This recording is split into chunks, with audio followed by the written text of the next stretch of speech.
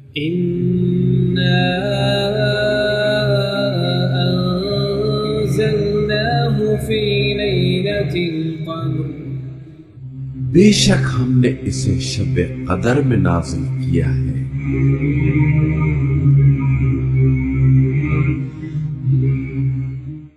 اعوذ باللہ من الشیطان اللعین الرجیم، بسم اللہ الرحمن الرحیم، الحمد للہ وکفا وسلام علی عبادہ الذین اصطفیٰ۔ درود بھیجیے محمد وعلی۔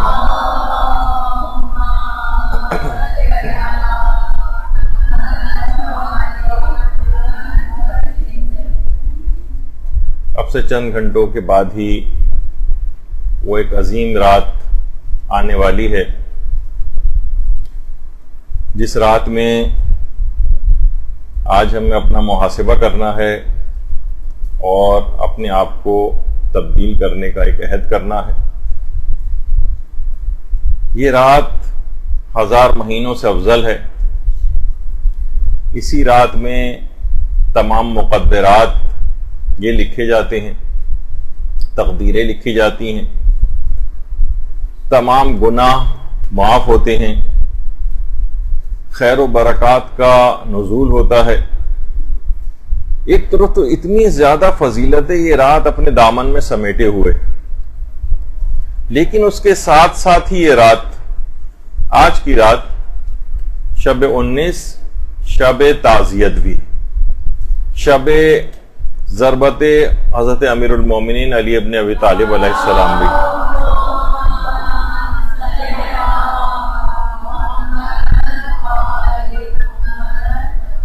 خاندان اہل بیت ان شبائے قدر کو کتنے اہتمام کے ساتھ گزارا کرتا تھا، منایا کرتا تھا۔ نہ جانے آج شب 19 کے بعد اگلی 2 شبوں یعنی 21 اور 23 میں کس قدر غم و اندوہ میں ان شبوں کو گزارا ہوگا۔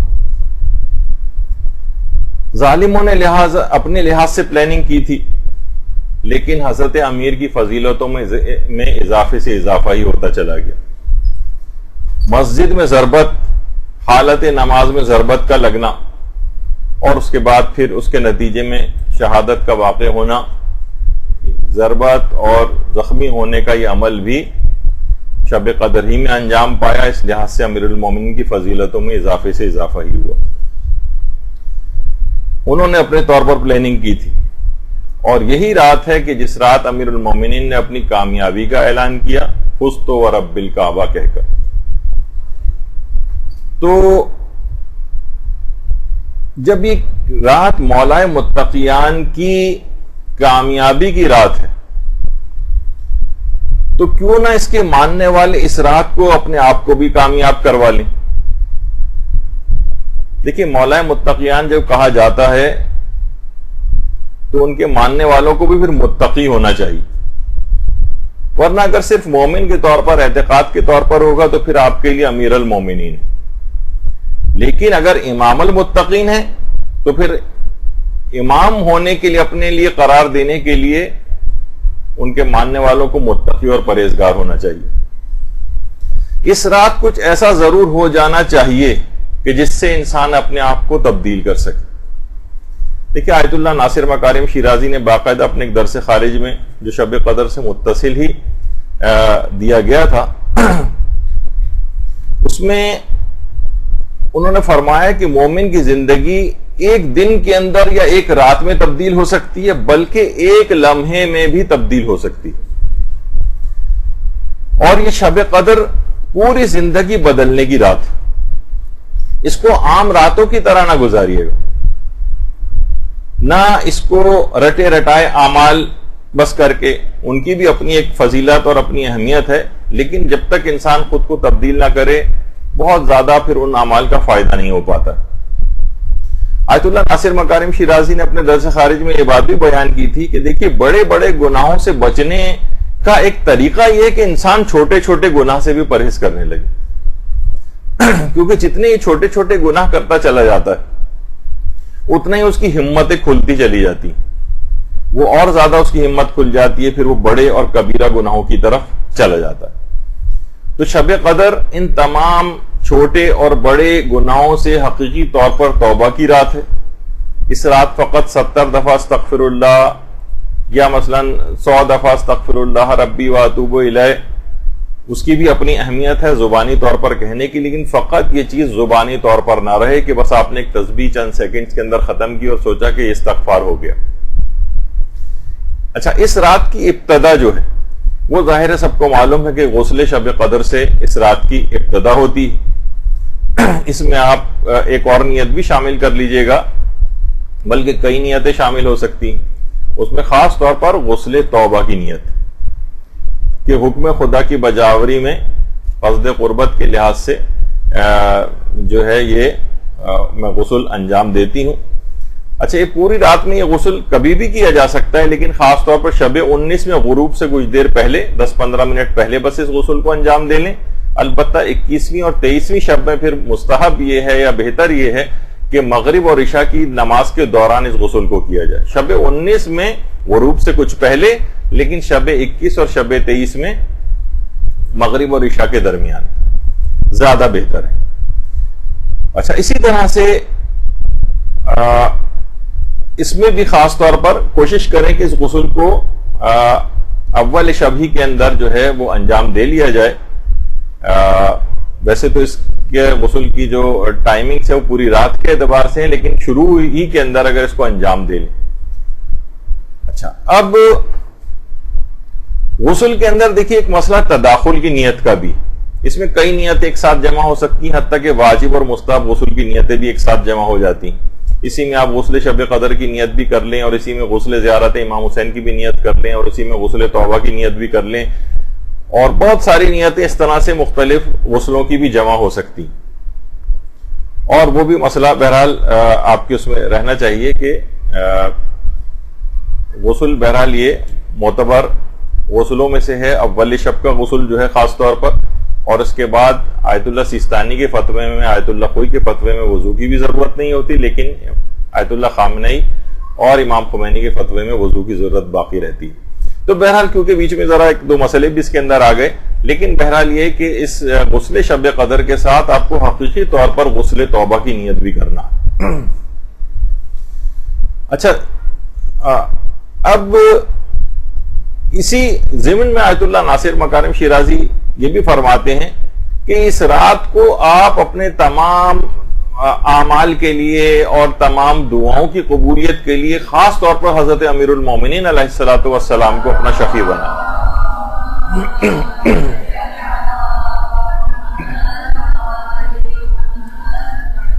اور خاص طور پر حضرت زہرا سے متوسل ہو جائیں. اللہم صل علی محمد وعلی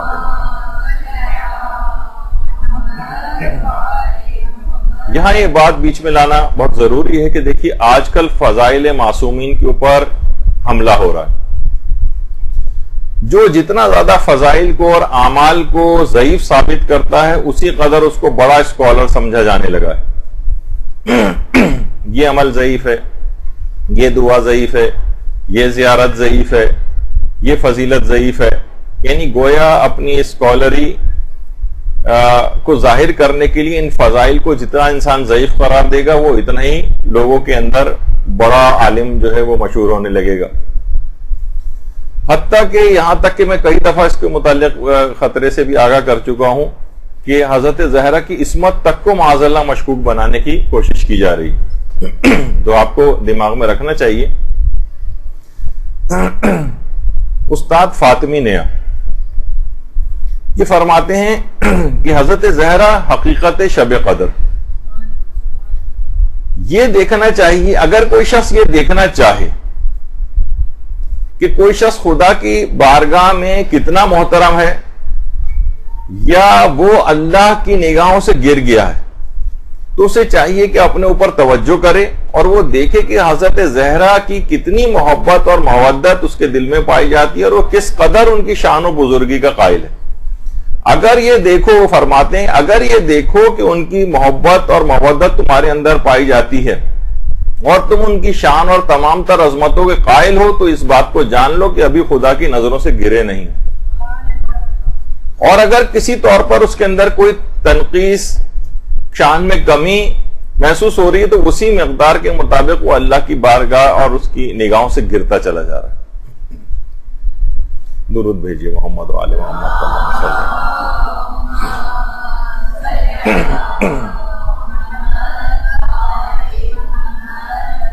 یہ دیکھیے جو درود بھی آپ نے ابھی پڑھا ہے، باقاعدہ جو تفسیر جامع آیت اللہ سید محمد ابراہیم بروجردی کی لکھی ہوئی جو تفسیر ہے، اس کے اندر بھی ایک روایت اس کی 5ویں جلد میں امام موسی کاظم علیہ السلام سے،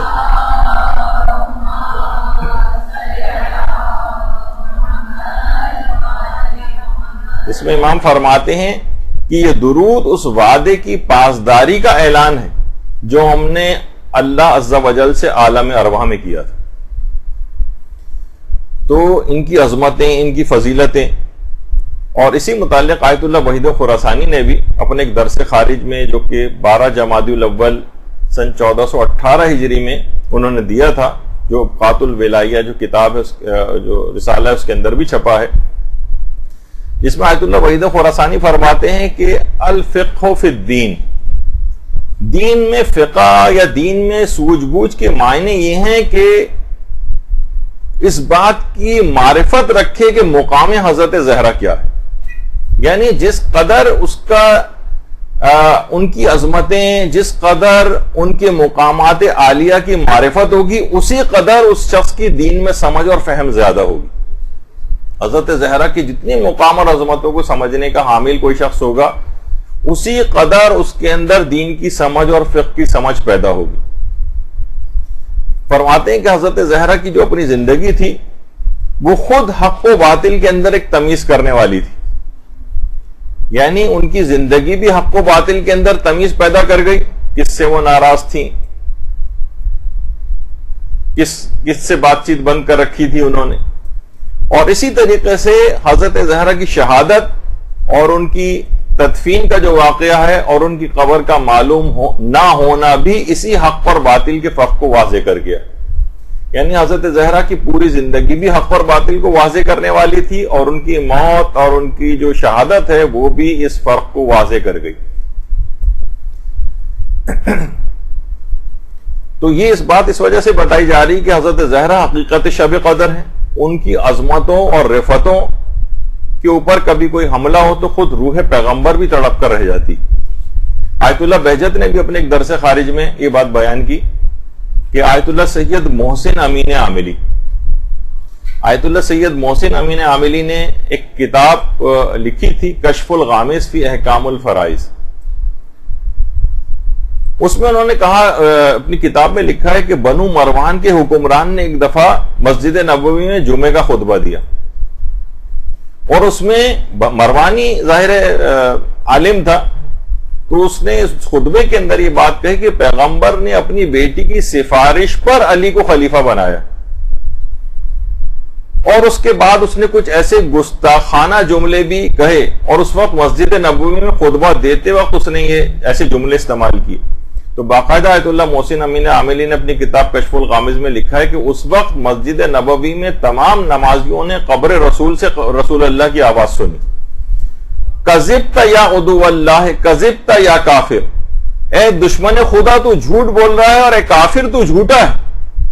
یہ آواز مسجد نبوی میں قبر رسول سے تمام نمازیوں نے سنی تھی. تو مقام اور عظمت حضرت زہرا کے اوپر جب بھی کوئی حرف اس لحاظ سے آئے گا تو اس سے روح پیغمبر تڑپ کر رہ جائے گی. تو آج کی رات کا ایک پیغام یہ ہے کہ حضرت زہرا کی تمام تر فضیلتوں، تمام تر ان کے مقامات عالیہ، اس کے متعلق اپنی معلومات کو بڑھائیں، اس کے متعلق احادیث کا مطالعہ کریں، اور جتنی زیادہ اس میں فہم، سمجھ اور ان کی معرفت بڑھتی جائے گی، اتنی دین کی سمجھ بھی آپ کے اندر بڑھتی جائے گی. اور جتنا ان تمام عظمتوں سے واقف ہوتی جائیں گی، اتنی ہی ایک لحاظ سے جتنا سیرت کا مطالعہ ہوگا اور اسے اپنانے کی کوشش ہوگی، گویا حضرت زہرا کی خصوصیات کا کوئی ایک معمولی سا حصہ بھی اگر ہمارے اندر پیدا ہو گیا تو یقین جانی کہ شب قدر میں پوری اس رات کے اندر اپنے آپ کو پورا تبدیل کیا جا سکتا ہے. تو اس طرح سے یہ واقعات ملتے ہیں. لولو والمرجان جو کتاب ہے، اس میں آیت اللہ شاہ آبادی جو امام خمینی کے بھی عرفانیت کے استاد تھے، وہ یہ بات فرماتے تھے، دیکھیں اس رات میں بھی آپ کو شب قدر میں جاگنا ہے. وہ ایک بات بیان کرتے تھے اگر رات میں تم کو جاگ اٹھنے کی توفیق نصیب ہو جائے عبادت کے لیے تو تمہیں چاہیے کہ حضرت زہرا پر صلوات بھیجا کرو. اللہم صلی علی محمد.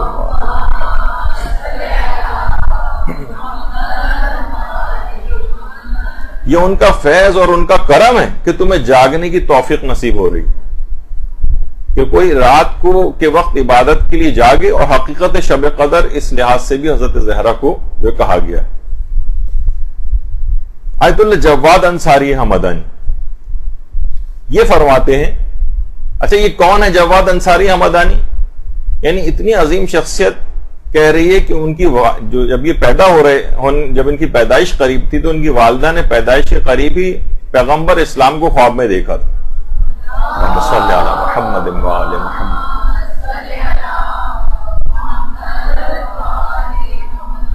جس میں آیت اللہ جواد انصاری حمدانی کی پیدائش کی بشارت دی گئی تھی اور اس بات کی تاکید کی گئی تھی کہ اس کا خاص خیال رکھنا یہ ہمارا مورد نظر,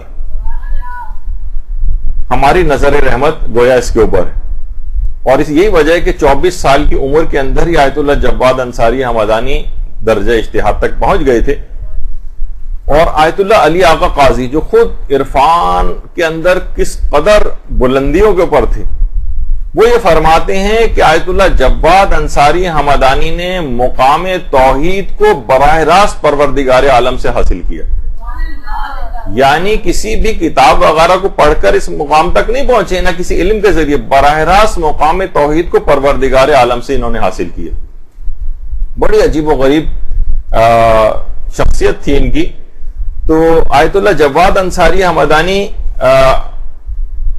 فرماتے تھے کہ حضرت زہرا کی اس قدر عظمتیں ہیں اور ان کی تمام تر عظمتوں کو اور ان کے جو احترام ہے اس کو فقط خاندان عصمت و طہارت کے علاوہ کوئی جان ہی نہیں سکتا.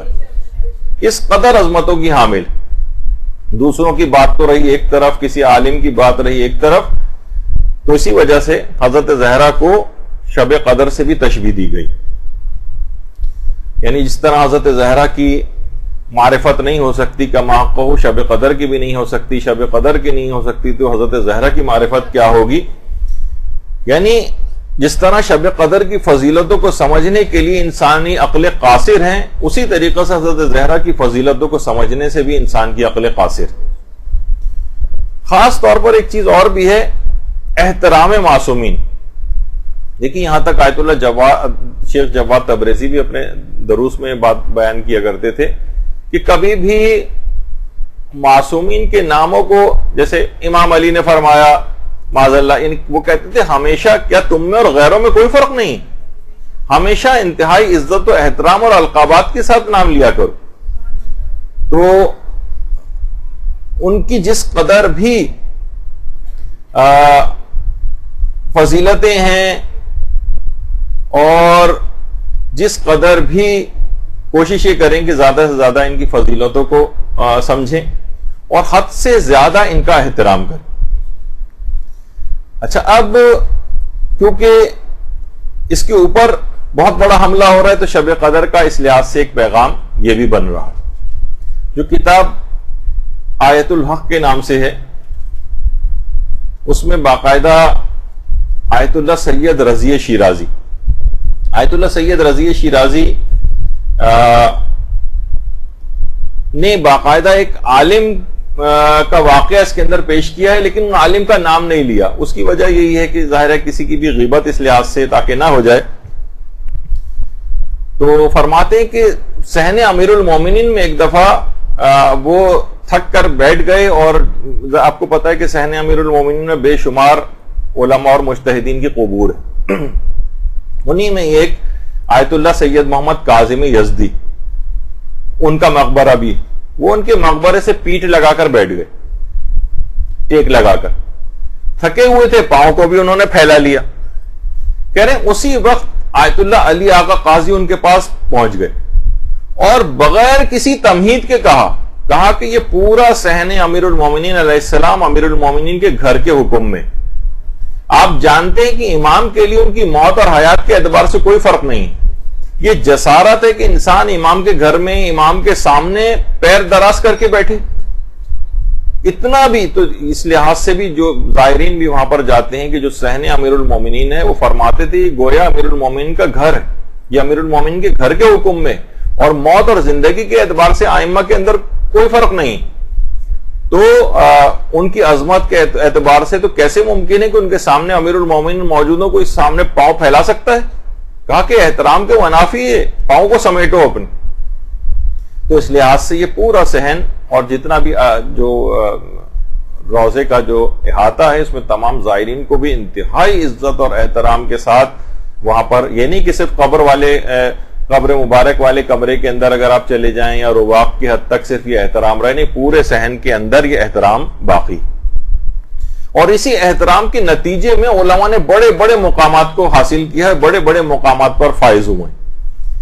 تو بہرحال ان عظیم ترین شخصیات سے توسل کر کے آج کی رات اپنی قسمت کو آج ہم تبدیل کروا سکتے ہیں.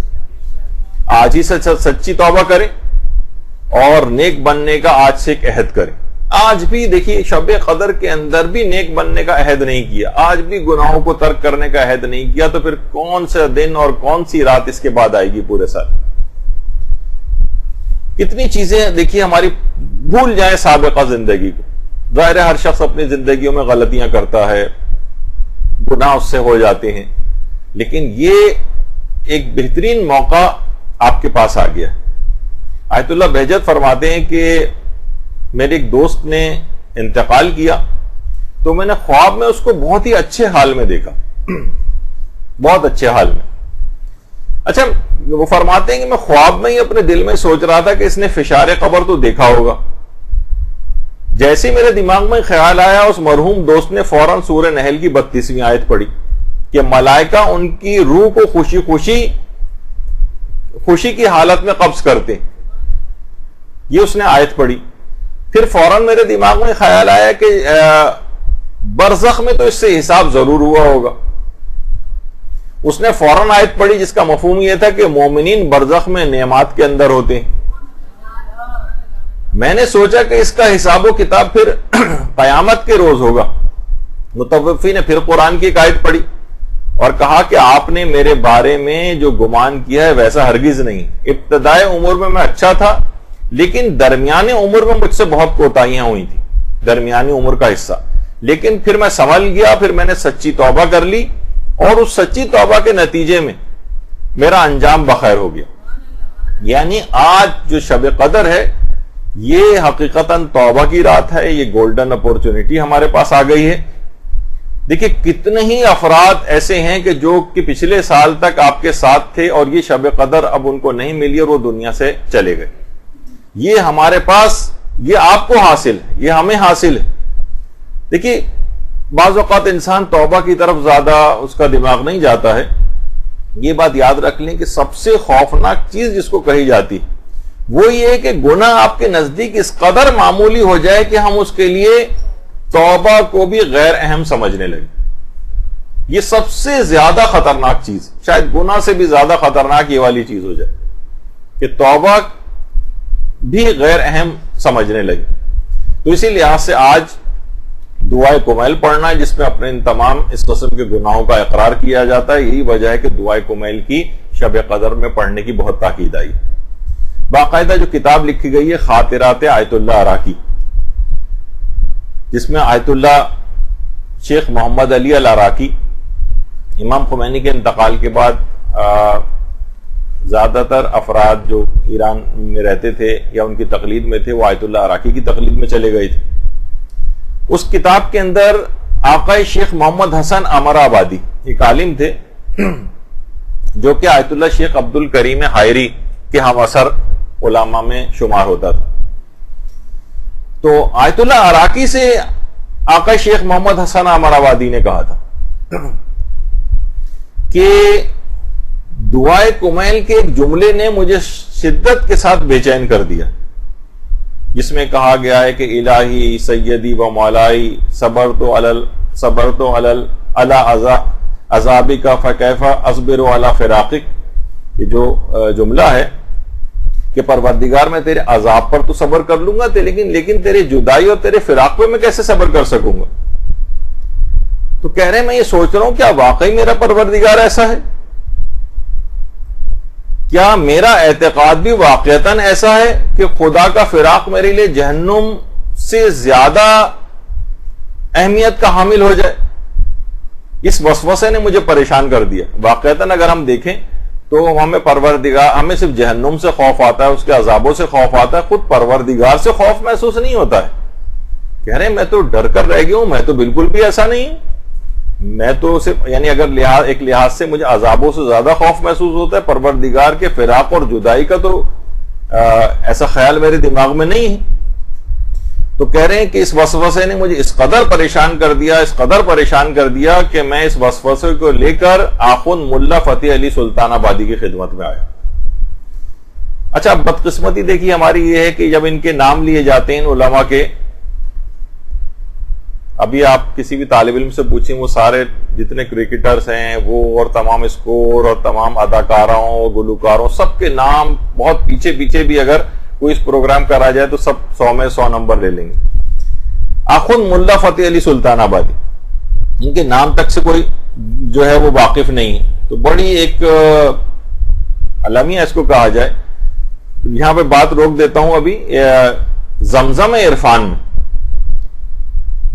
آقا ری شاہری نے جو آیت اللہ بہجت کے حالات پہ کتاب لکھی ہے, اس میں ان کی بات بیان ہوئی کہ آیت اللہ شیخ عبد الکریم حائری, جنہوں نے حوزہ علمیہ قم کی بنیاد رکھی تھی, وہ یہ فرماتے ہیں کہ ہم آیت اللہ مرزا تقی شیرازی کی ایک مجلس میں ان کے گھر میں بیٹھے ہوئے تھے. آیت اللہ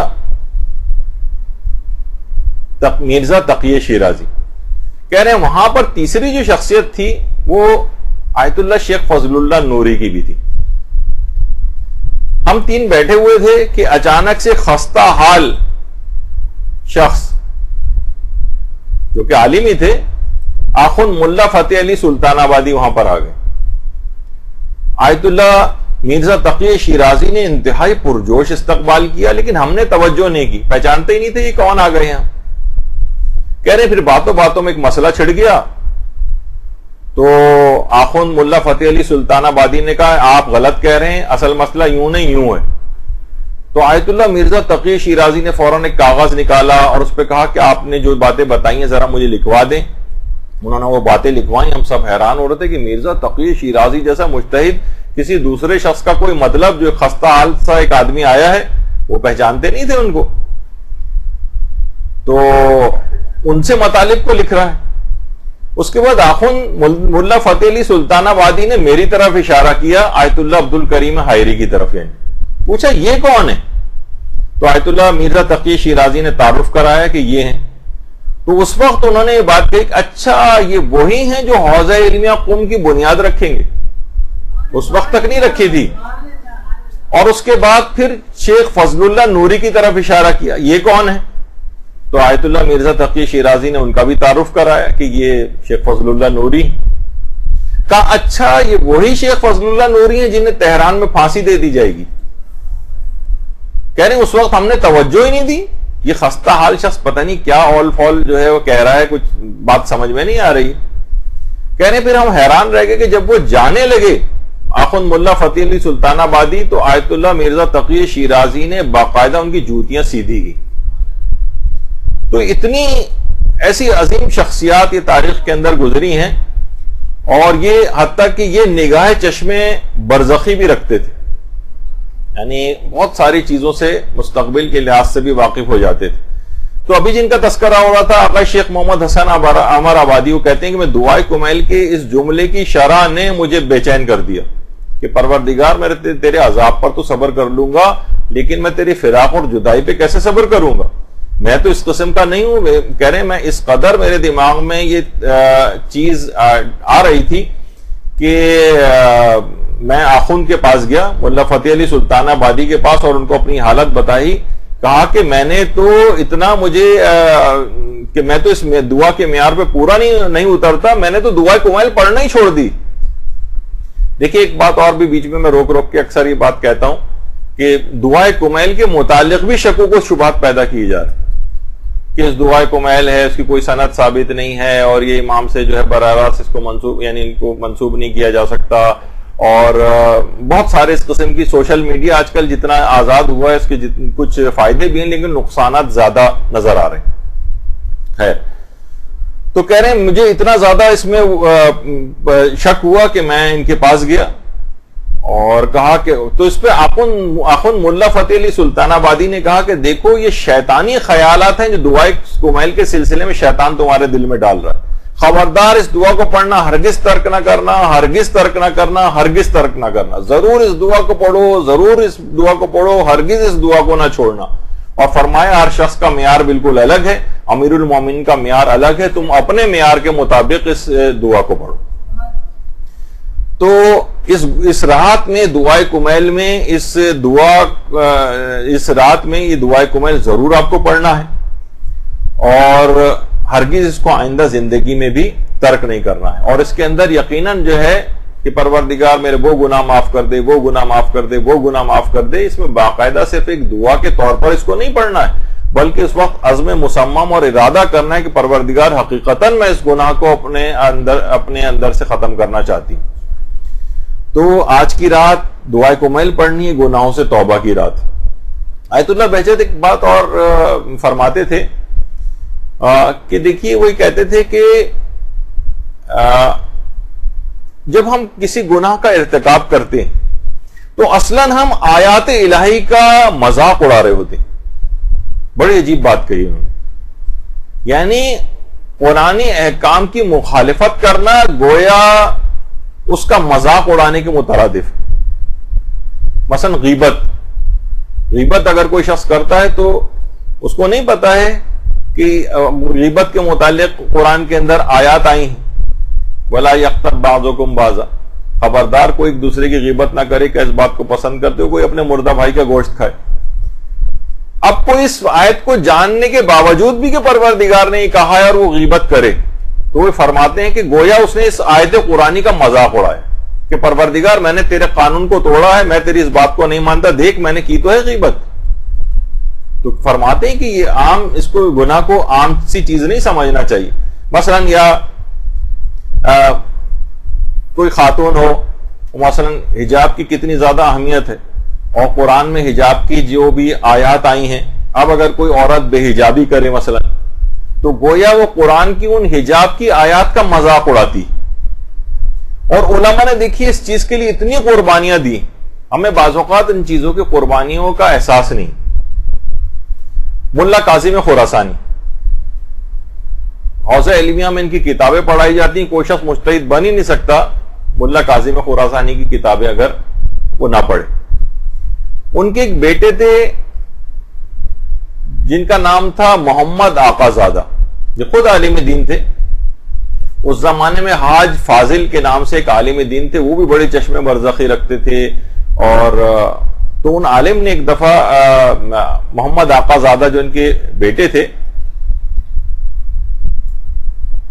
محمد آقا زادہ یہ ملا کاظم خراسانی کے بیٹے، ان سے کہا کہ دیکھو میں کربلا جا رہا ہوں اور 6 مہینے بعد میرا انتقال ہو جائے گا. 6 مہینے کے بعد ایران میں رضا خان جو اس زمانے میں بہت ظالم بادشاہ تھا، یہ کشف حجاب کی ایک تحریک چلائے گا، معاشرے سے حجاب کو ختم کر دیا جائے. اور یہ رضا خان وہی ہے جو رضا شاہ پہلوی، جو امام خمینی جس کا تختہ ایک لحاظ سے جنہوں نے الٹ دیا، انقلاب اسلامی کو برپا کیا ایران کے اندر، اس کا باپ تھا رضا خان. یہ رضا شاہ پہلوی، اس کا باپ تھا رضا خان. برطانیہ کی حمایت سے یہ شخص جو ہے، اس کا باپ جو ہے بادشاہ بن گیا تھا. یہ علماء کا سخت ترین دشمن تھا، حتیٰ کہ بلکہ دین اسلام کا ہی سخت ترین دشمن تھا. اس نے حکم نامہ جاری کیا تھا کہ کوئی بھی عالم امامہ نہیں پہن سکتا، لباس علماء نہیں پہن سکتا، اگر کسی کو پہننا ہے تو باقاعدہ بادشاہ کے دفتر سے آ کر اس کی اجازت لے گا. اور باقاعدہ اس نے حکم نامہ جاری کیا تھا کہ حکومتی عہدیدار جتنے جو بھی تقریبات ہوتی ہیں، سرکاری تقریبات، اس میں اپنی تمام بیویوں کے ساتھ وہ شریک ہوں اور وہ سب کی سب بے حجاب شریک ہوں. حتیٰ کہ یہاں تک ہو گیا کہ بازاروں کے اندر پولیس جو تھی وہ باقاعدہ کوئی باحجاب عورت جاتی تھی تو اس کے سروں سے چادریں کھینچا کرتے تھے، چادریں کھینچ کھینچ کے اتارتے تھے. یہاں تک کہ اتنا ظلم بڑھ گیا تھا رضا خان کا کہ حرم معصومہ قم کے باہر بھی، روضے کے باہر یا روضے کی زیارت کے لیے آنے والے خواتین تک کی چادریں اس زمانے میں کھینچی جانے لگی تھیں. ایران کی تاریخ میں اس واقعے کو کشف حجاب کہا جاتا ہے.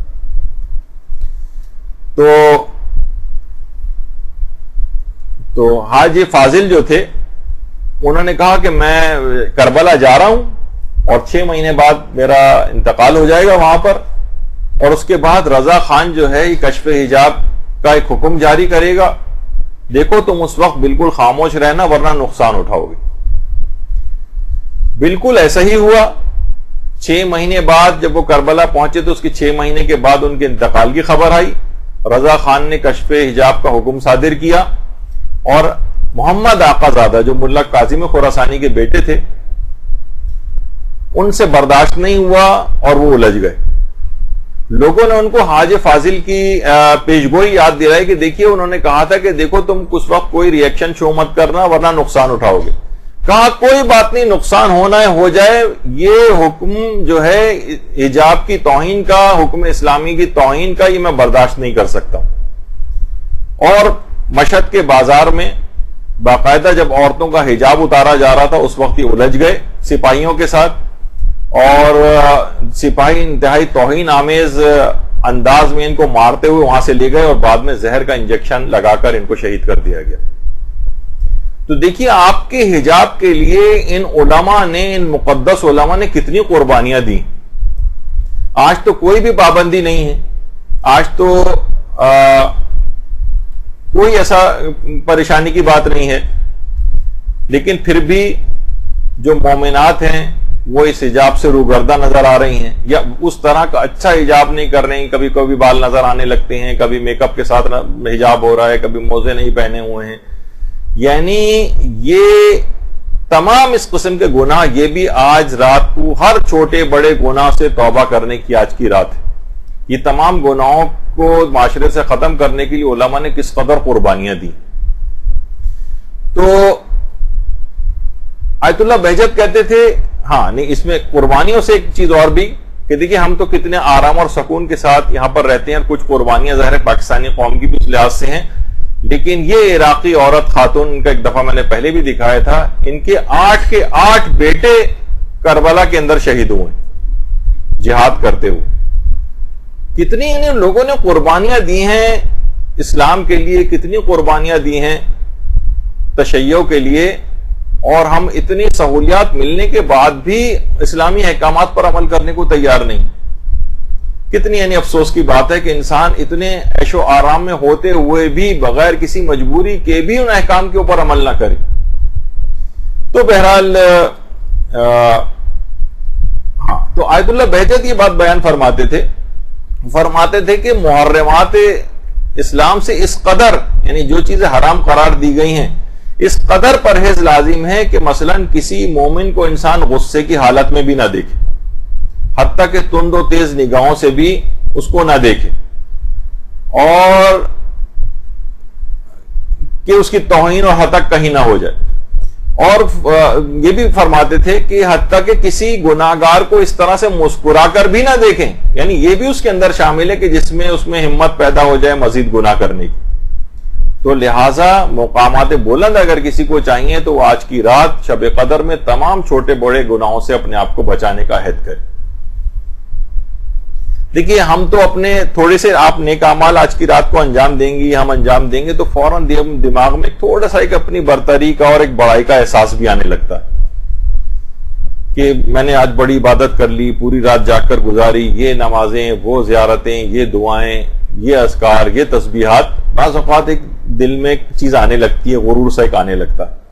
آیت اللہ حسن الہی طباطبائی جو آیت اللہ سید محمد حسین طباطبائی کے سگے بھائی تھے، اور اس قدر ان کا بھی مقام اور مرتبہ تھا کہ آیت اللہ محمد حسین طباطبائی جب ان کو خط لکھتے تھے تو باقاعدہ جعلت فداک، میں تم پر قربان یا عزیز دلم، اے میرے عزیز جان، اس طرح کے جملے ان کو آیت اللہ حسن الہی طباطبائی کے لیے آیت اللہ محمد حسین آیت اللہ علی قاضی طباطبائی جو ہے وہ کہا کرتے تھے، جو ان کے بھائی تھے حسن الہی.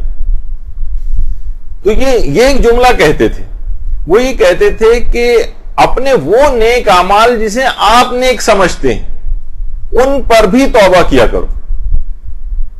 کہتے تھے گناہوں سے توبہ کا تو ذکر ہی کیا، اپنے نیک اعمال پر بھی انسان کو توبہ کرنی چاہیے. نہ جانے کون کون سی نیتوں سے انسان نیک اعمال کو بھی انجام دیتا ہے. کبھی فخر آ جاتا ہے، کبھی اس میں غرور آ جاتا ہے، کبھی اس میں تکبر آ جاتا ہے، کبھی اس میں ریاکاری آ جاتی ہے، کبھی اس میں عجب آ جاتا ہے، کبھی حب جاہ اور شہرت آ جاتی ہے. پتہ نہیں کون کون سی نیتیں ہم ان نیک اعمال کے اندر مکس کر لیتے ہیں.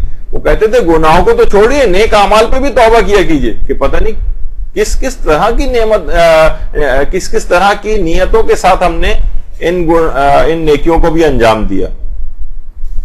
تو اسی جو ملاوٹ جس کو کہا جاتا ہے، یعنی کہ بلکہ اپنے آپ کو ایسی تمام چیزوں سے بھی دوری اختیار کریں جہاں یہ خطرہ ہو آپ کو کہ کہیں میری نیت میں کوئی گڑبڑ نہ ہو جائے. آیت اللہ شیخ غربی اصفہانی کمپانی یہ ایک دن خود فرماتے ہیں کہ میں حرم امیر المومنین میں، اللہم صلی علی محمد وعلی محمد،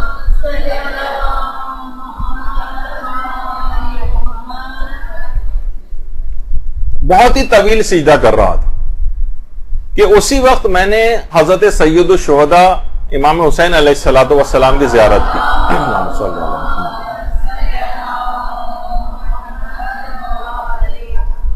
امام حسین علیہ السلام نے فرمایا، آیت اللہ شیخ حسین غربی اصفہانی سے کہا کہ اتنے سارے لوگوں کی موجودگی میں اتنے طویل سجدوں کے لیے جگہ مناسب نہیں، اس قسم کے اعمال کو خلوت میں انجام دیا کرو. یعنی ایک شائبہ پیدا ہو جاتا ہے نا کہ لوگ سوچیں گے کہ کتنے زیادہ مقدس ہے، کتنا پرہیزگار ہے، اتنی طویل سجدے کرتا ہے، اتنی طویل نمازیں پڑھتا ہے. تو انسان اپنے نیک باتوں کو کوشش کرے کہ صرف اللہ اور اپنے درمیان میں رکھے، زیادہ اس کو شو آف کرنے کی کوشش نہ کرے. تو جتنی بھی اپنے اعمال کی جو نیت ہے ان کی خالص رکھیں آج کی رات بھی، کہ کوئی کھوٹ اس کے اندر شامل نہ ہو. باقاعدہ ملتا ہے حکایات کے اندر کہ ایک طالب علم جو ہے وہ رو رہا تھا باقاعدہ، اور لوگوں نے اس سے پوچھا، کتابوں میں واقعہ ملتا ہے، آیت اللہ بہجت نے بھی اس کو بیان کیا کہ، اور وہ ان کے درس میں بیٹھا ہوا تھا، آیت اللہ سید مہدی بحر العلوم کے درس میں بیٹھا ہوا طالب علم، وہ بعد میں جو ہے وہ روتا ہوا پایا گیا. اچھا آیت اللہ دیکھیے، سید مہدی بحر العلوم، یعنی ان کے متعلق کہا جاتا ہے کہ پوری زندگی میں انہوں نے نہ صرف کوئی حرام کام نہیں کیا تھا، کوئی مکروہ کام نہیں کیا تھا، بلکہ کوئی مباح کام بھی نہیں کیا تھا. یا تو واجب کرتے تھے یا مستحب کرتے تھے، اس کے علاوہ کوئی کام ہی نہیں تھے. اتنے مقدس تھے کہ اکثر لوگ تو شبہ میں پڑ گئے تھے کہ کہیں یہ امام زمانہ ہی تو نہیں. یعنی ایک ہوتا ہے نا تقدس، پرہیزگاری، اللہم صلی علی محمد وعلی محمد. اور شک و شبہ میں پڑنے کی وجہ بھی یہ بھی تھی کہ نام بھی ان کا محمد تھا، امام زمانہ کا ہم نام، اور مہدی یہ بھی لقب تھا ان کا، علم کے اعتبار سے، تقوی پرہیزگاری کے اعتبار سے. تو اتنی عظیم شخصیت تھی کہ آیت اللہ سید مہدی بحر العلوم، ان کے والد تھے سید مرتضی طباطبائی. ان کی والدہ نے بھی ان کی پیدائش کی رات کو خواب دیکھا تھا کہ امام علی رضا علیہ السلام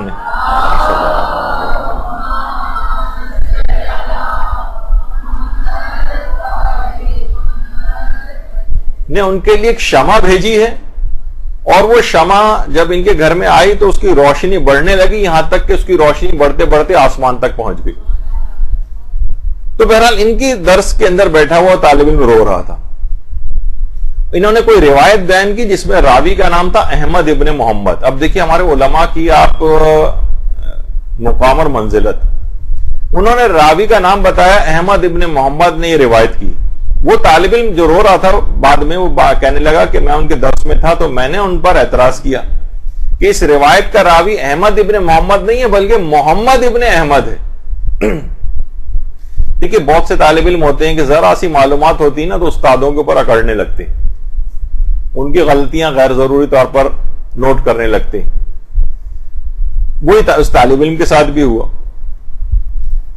تو آقا بحر العلوم نے فرمایا کہ نہیں، ان کا نام احمد ابن محمد ہی ہے راوی کا نام، میں اس راوی کو اچھی طرح جانتا ہوں، بلکہ اس راوی کے آباء و اجداد کو حضرت آدم تک جانتا ہوں، بلکہ اس درس میں بیٹھنے والے سارے طالب علموں کو بھی جانتا ہوں کہ ان میں کون سا جنتی اور کون سا جہنمی، اور جہنمی کہتے وقت انگلی سے میری طرف اشارہ کیا.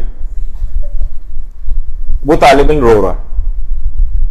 تو آیت اللہ بہجت فرماتے ہیں کہ اس واقعے کو میں نے بہت سے الگ الگ افراد سے سنا ہے. اس طالب علم کا یہ واقعہ یعنی یہ معتبر واقعہ ہے.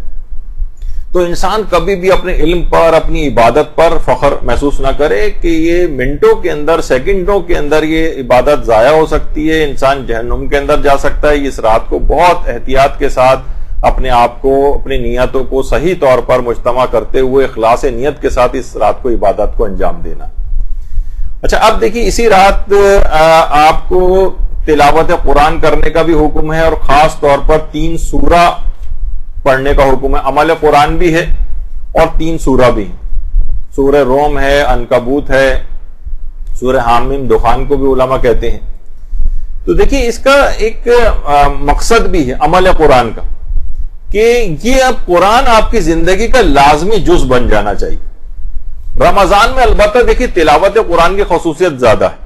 عام طور پر لوگ یہ سمجھتے ہیں کہ اگر ہم تفکر، تدبر ایک آیت پہ بیٹھ کے کر لیں تو ہمارے لیے وہ کافی ہے. نہیں، رمضان میں علماء فرماتے ہیں کہ تلاوت زیادہ مقصود ہے. ظاہر ہے پورا سال پڑھا ہے، ساری زندگی پڑھی ہوئی ہے، تفکر و تدبر آپ کر سکتے ہیں، لیکن رمضان میں کثرت تلاوت بھی مقصود ہے.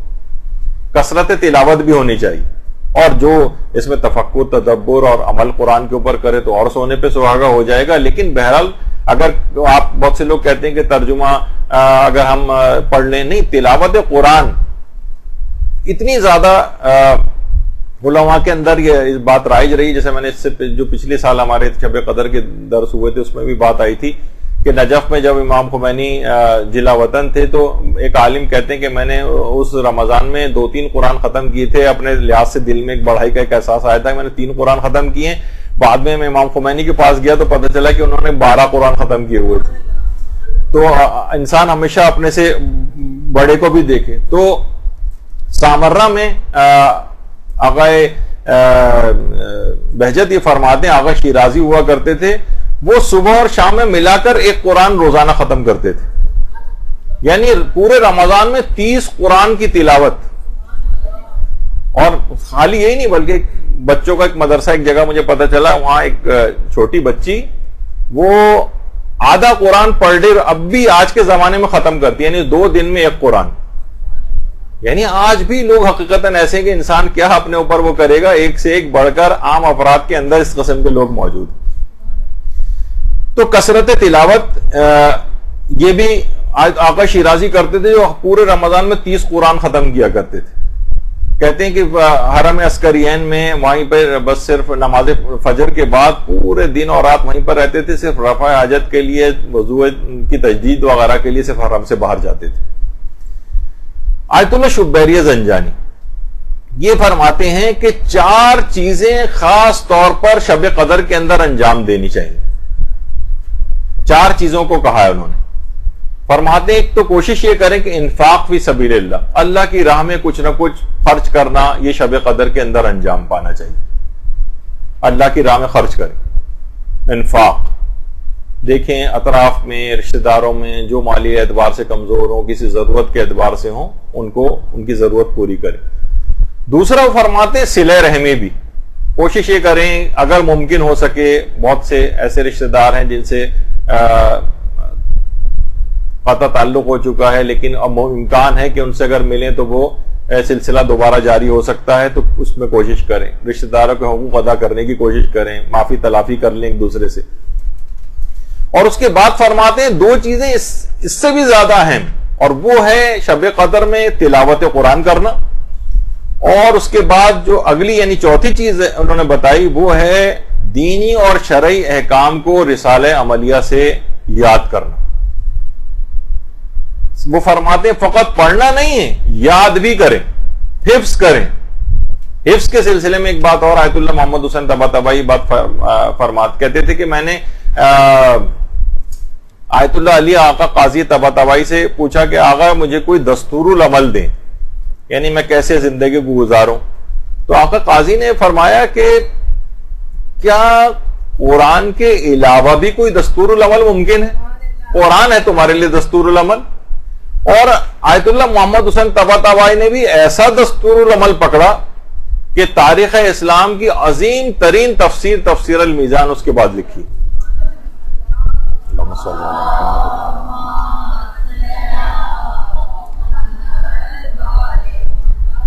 دیکھیے رمضان میں خاص طور پر جو تلاوت قرآن ہے اس کی جو افادیت ہے، اور اس کے بعد شب قدر کے اندر خاص طور پر تلاوت قرآن کی جو افادیت ہے وہ اس قدر ہے کہ علماء بیان فرماتے ہیں کہ جس طریقے سے یعنی دلوں کا زنگ جو دور شب قدر کے اندر ہوتا ہے، شب قدر کے اندر دلوں کا زنگ دور ہوتا ہے، وہ رمضان میں اور شب قدر میں تلاوت سے ہوتا ہے. وہ فرماتے ہیں کہ اس طریقے سے انسان مثلا گھر میں پینٹ وغیرہ جب انسان کرتا ہے نا تو کیڑے مکوڑے، حشرات الارض کافی عرصے تک کے لیے غائب ہو جاتے ہیں. تو رمضان کے علاوہ جو اس طرح سے ہمارے اندر شیطانی کیڑے مکوڑے کل بلانے لگتے ہیں ہمارے دماغ میں، تو یہ رمضان میں ایک لحاظ سے تلاوت قرآن کر کے اور شب قدر میں تلاوت قرآن کر کے یہ ایک فیومیگیشن ہے جو کہ کی جائے گی، تو نفسانی اور شیطانی کیڑے نکل جاتے ہیں. تو شب قدر کے اندر خاص طور پر تلاوت قرآن کریں، کم سے کم ایک پارہ تو کوشش کر کے اس کے اندر تلاوت کریں.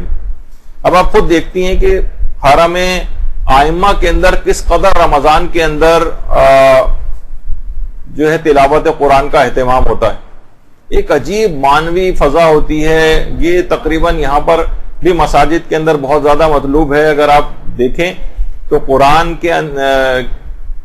کی تلاوت کرنا، اور بڑے بڑے علماء اس کے اندر شریک ہوتے ہیں. آیت اللہ ناصر مکارم شیرازی اور دیگر علماء بھی ان جلسات کے اندر شریک ہوتے ہیں جو تلاوت قرآن کے جلسے ہیں.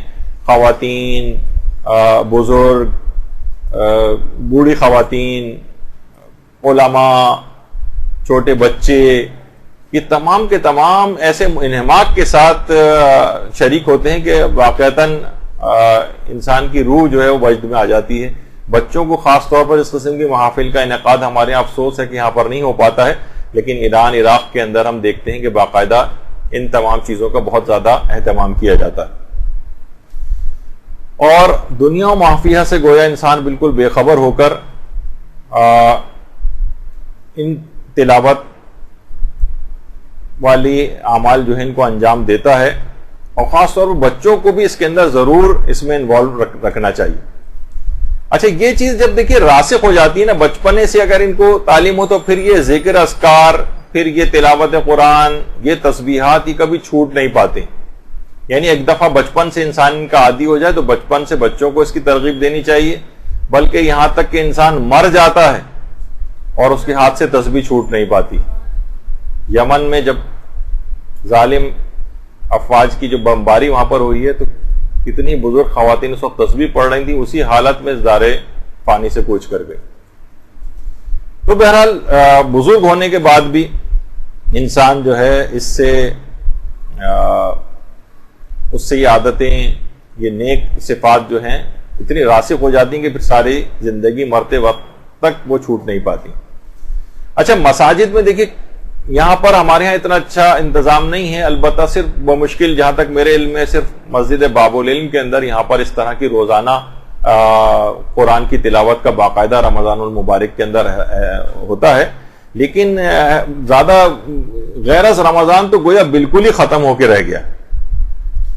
تو اچھا اب دیکھیے علماء بات بیان فرماتے ہیں کہ دیکھیے پہلے زمانے میں یہ ہوتا تھا کہ اگر کوئی شخص مر جاتا تھا اور تشخیص نہیں ہو پاتی تھی کہ پتہ نہیں مر گیا ہے، پتہ نہیں کوما کی حالت میں ہے، بعض اوقات جو قریب المرگ افراد ہوتے ہیں اتنی شیلو بریدنگ ان کی ہو رہی ہوتی ہے, اتنی کم سانس آ رہا ہوتا ہے کہ پتہ نہیں چل پاتا تھا کہ یہ زندہ بھی ہے مر گئے. اب تو بہت سارے اور ہاسپٹلس میں انسٹرومنٹس آ گئے, لیکن پہلے کیا کرتے تھے, ناک کے قریب آئینہ لے جاتے تھے, اگر اس کے اوپر کچھ بھاپ سی محسوس آئینے پہ ہوتی تھی اس کا مطلب ہے سانس لے رہا ہے. فرماتے ہیں بالکل اسی طریقے سے اگر ہمارے گھروں سے تلاوت قرآن کی آواز آ رہی ہے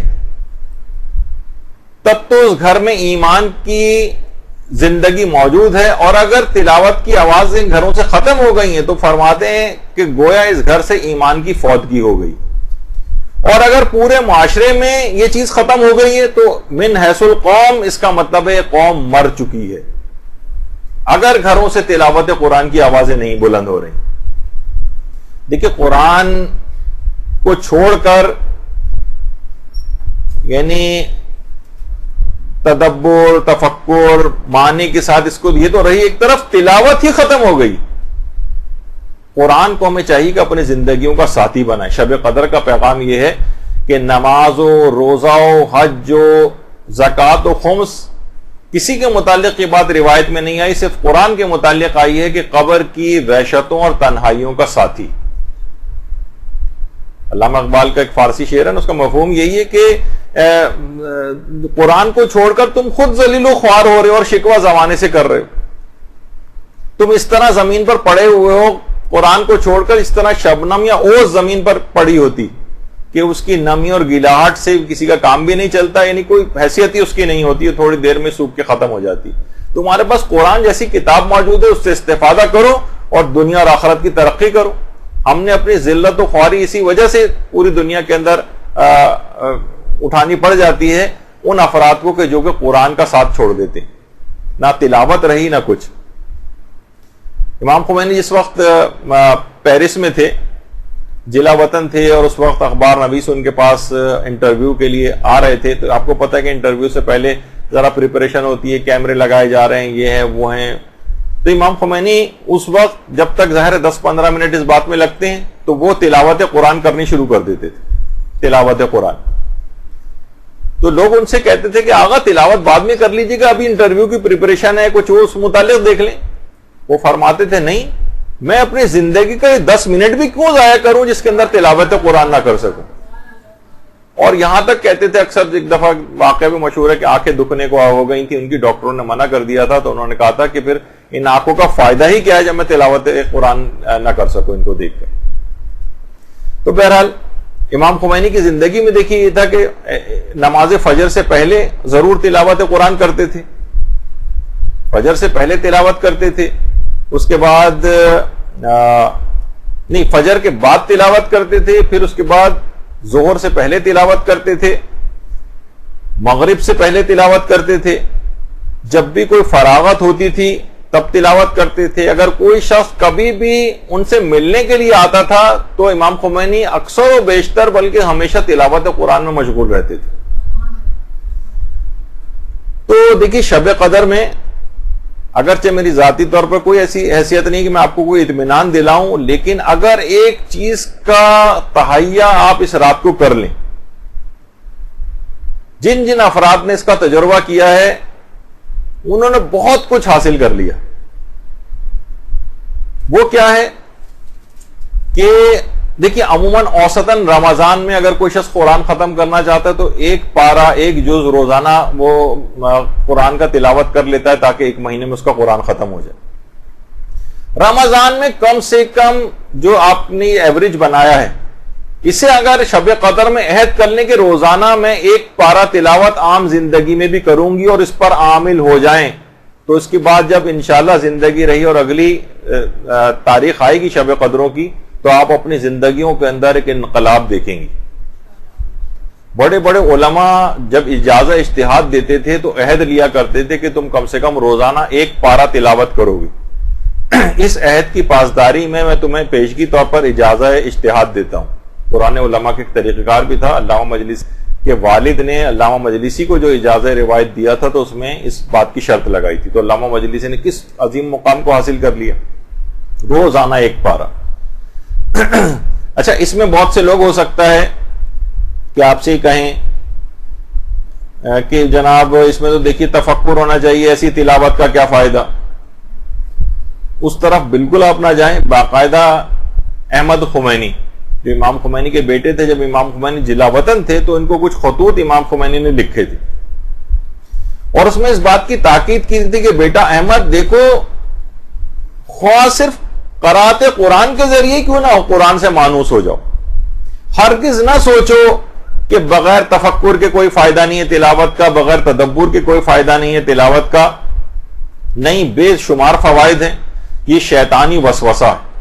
باقاعدہ حوضے کے نام سے ایک مجلہ، ایک رسالہ نکلتا ہے، اس کے 96 جو جلد ہے، اس کے اندر امام خمینی کا خط جو کہ کتاب وعدہ دیدار کے اندر بھی شائع ہوا ہے، احمد خمینی کو جو لکھے تھے، اس میں کہا امام خمینی نے یہ لکھا ہے کہ شیطانی وسوسے میں نہ آنا، قرات قرآن کرتے رہنا. تفکر، تدبر، عمل کا تو وہ ایک اپنا مقام ہے ہی، لیکن تلاوت قرآن کی اہمیت اتنی زیادہ ہے کہ ابھی آپ کے پاس اتنا وقت نہیں بھی ہے کہ آپ آیات قرآنی کے ترجمے اور تفکر کریں اور ان کے اوپر غور و فکر کریں، لیکن کم سے کم اتنا تو کرو. وہ فرماتے ہیں کہ اس کی مثال ایسی ہے جیسے کوئی محبوب خط لکھتا ہے اپنے چاہنے والے کو، تو یہ پروردگار عالم کی طرف سے بھیجا گیا خط ہے.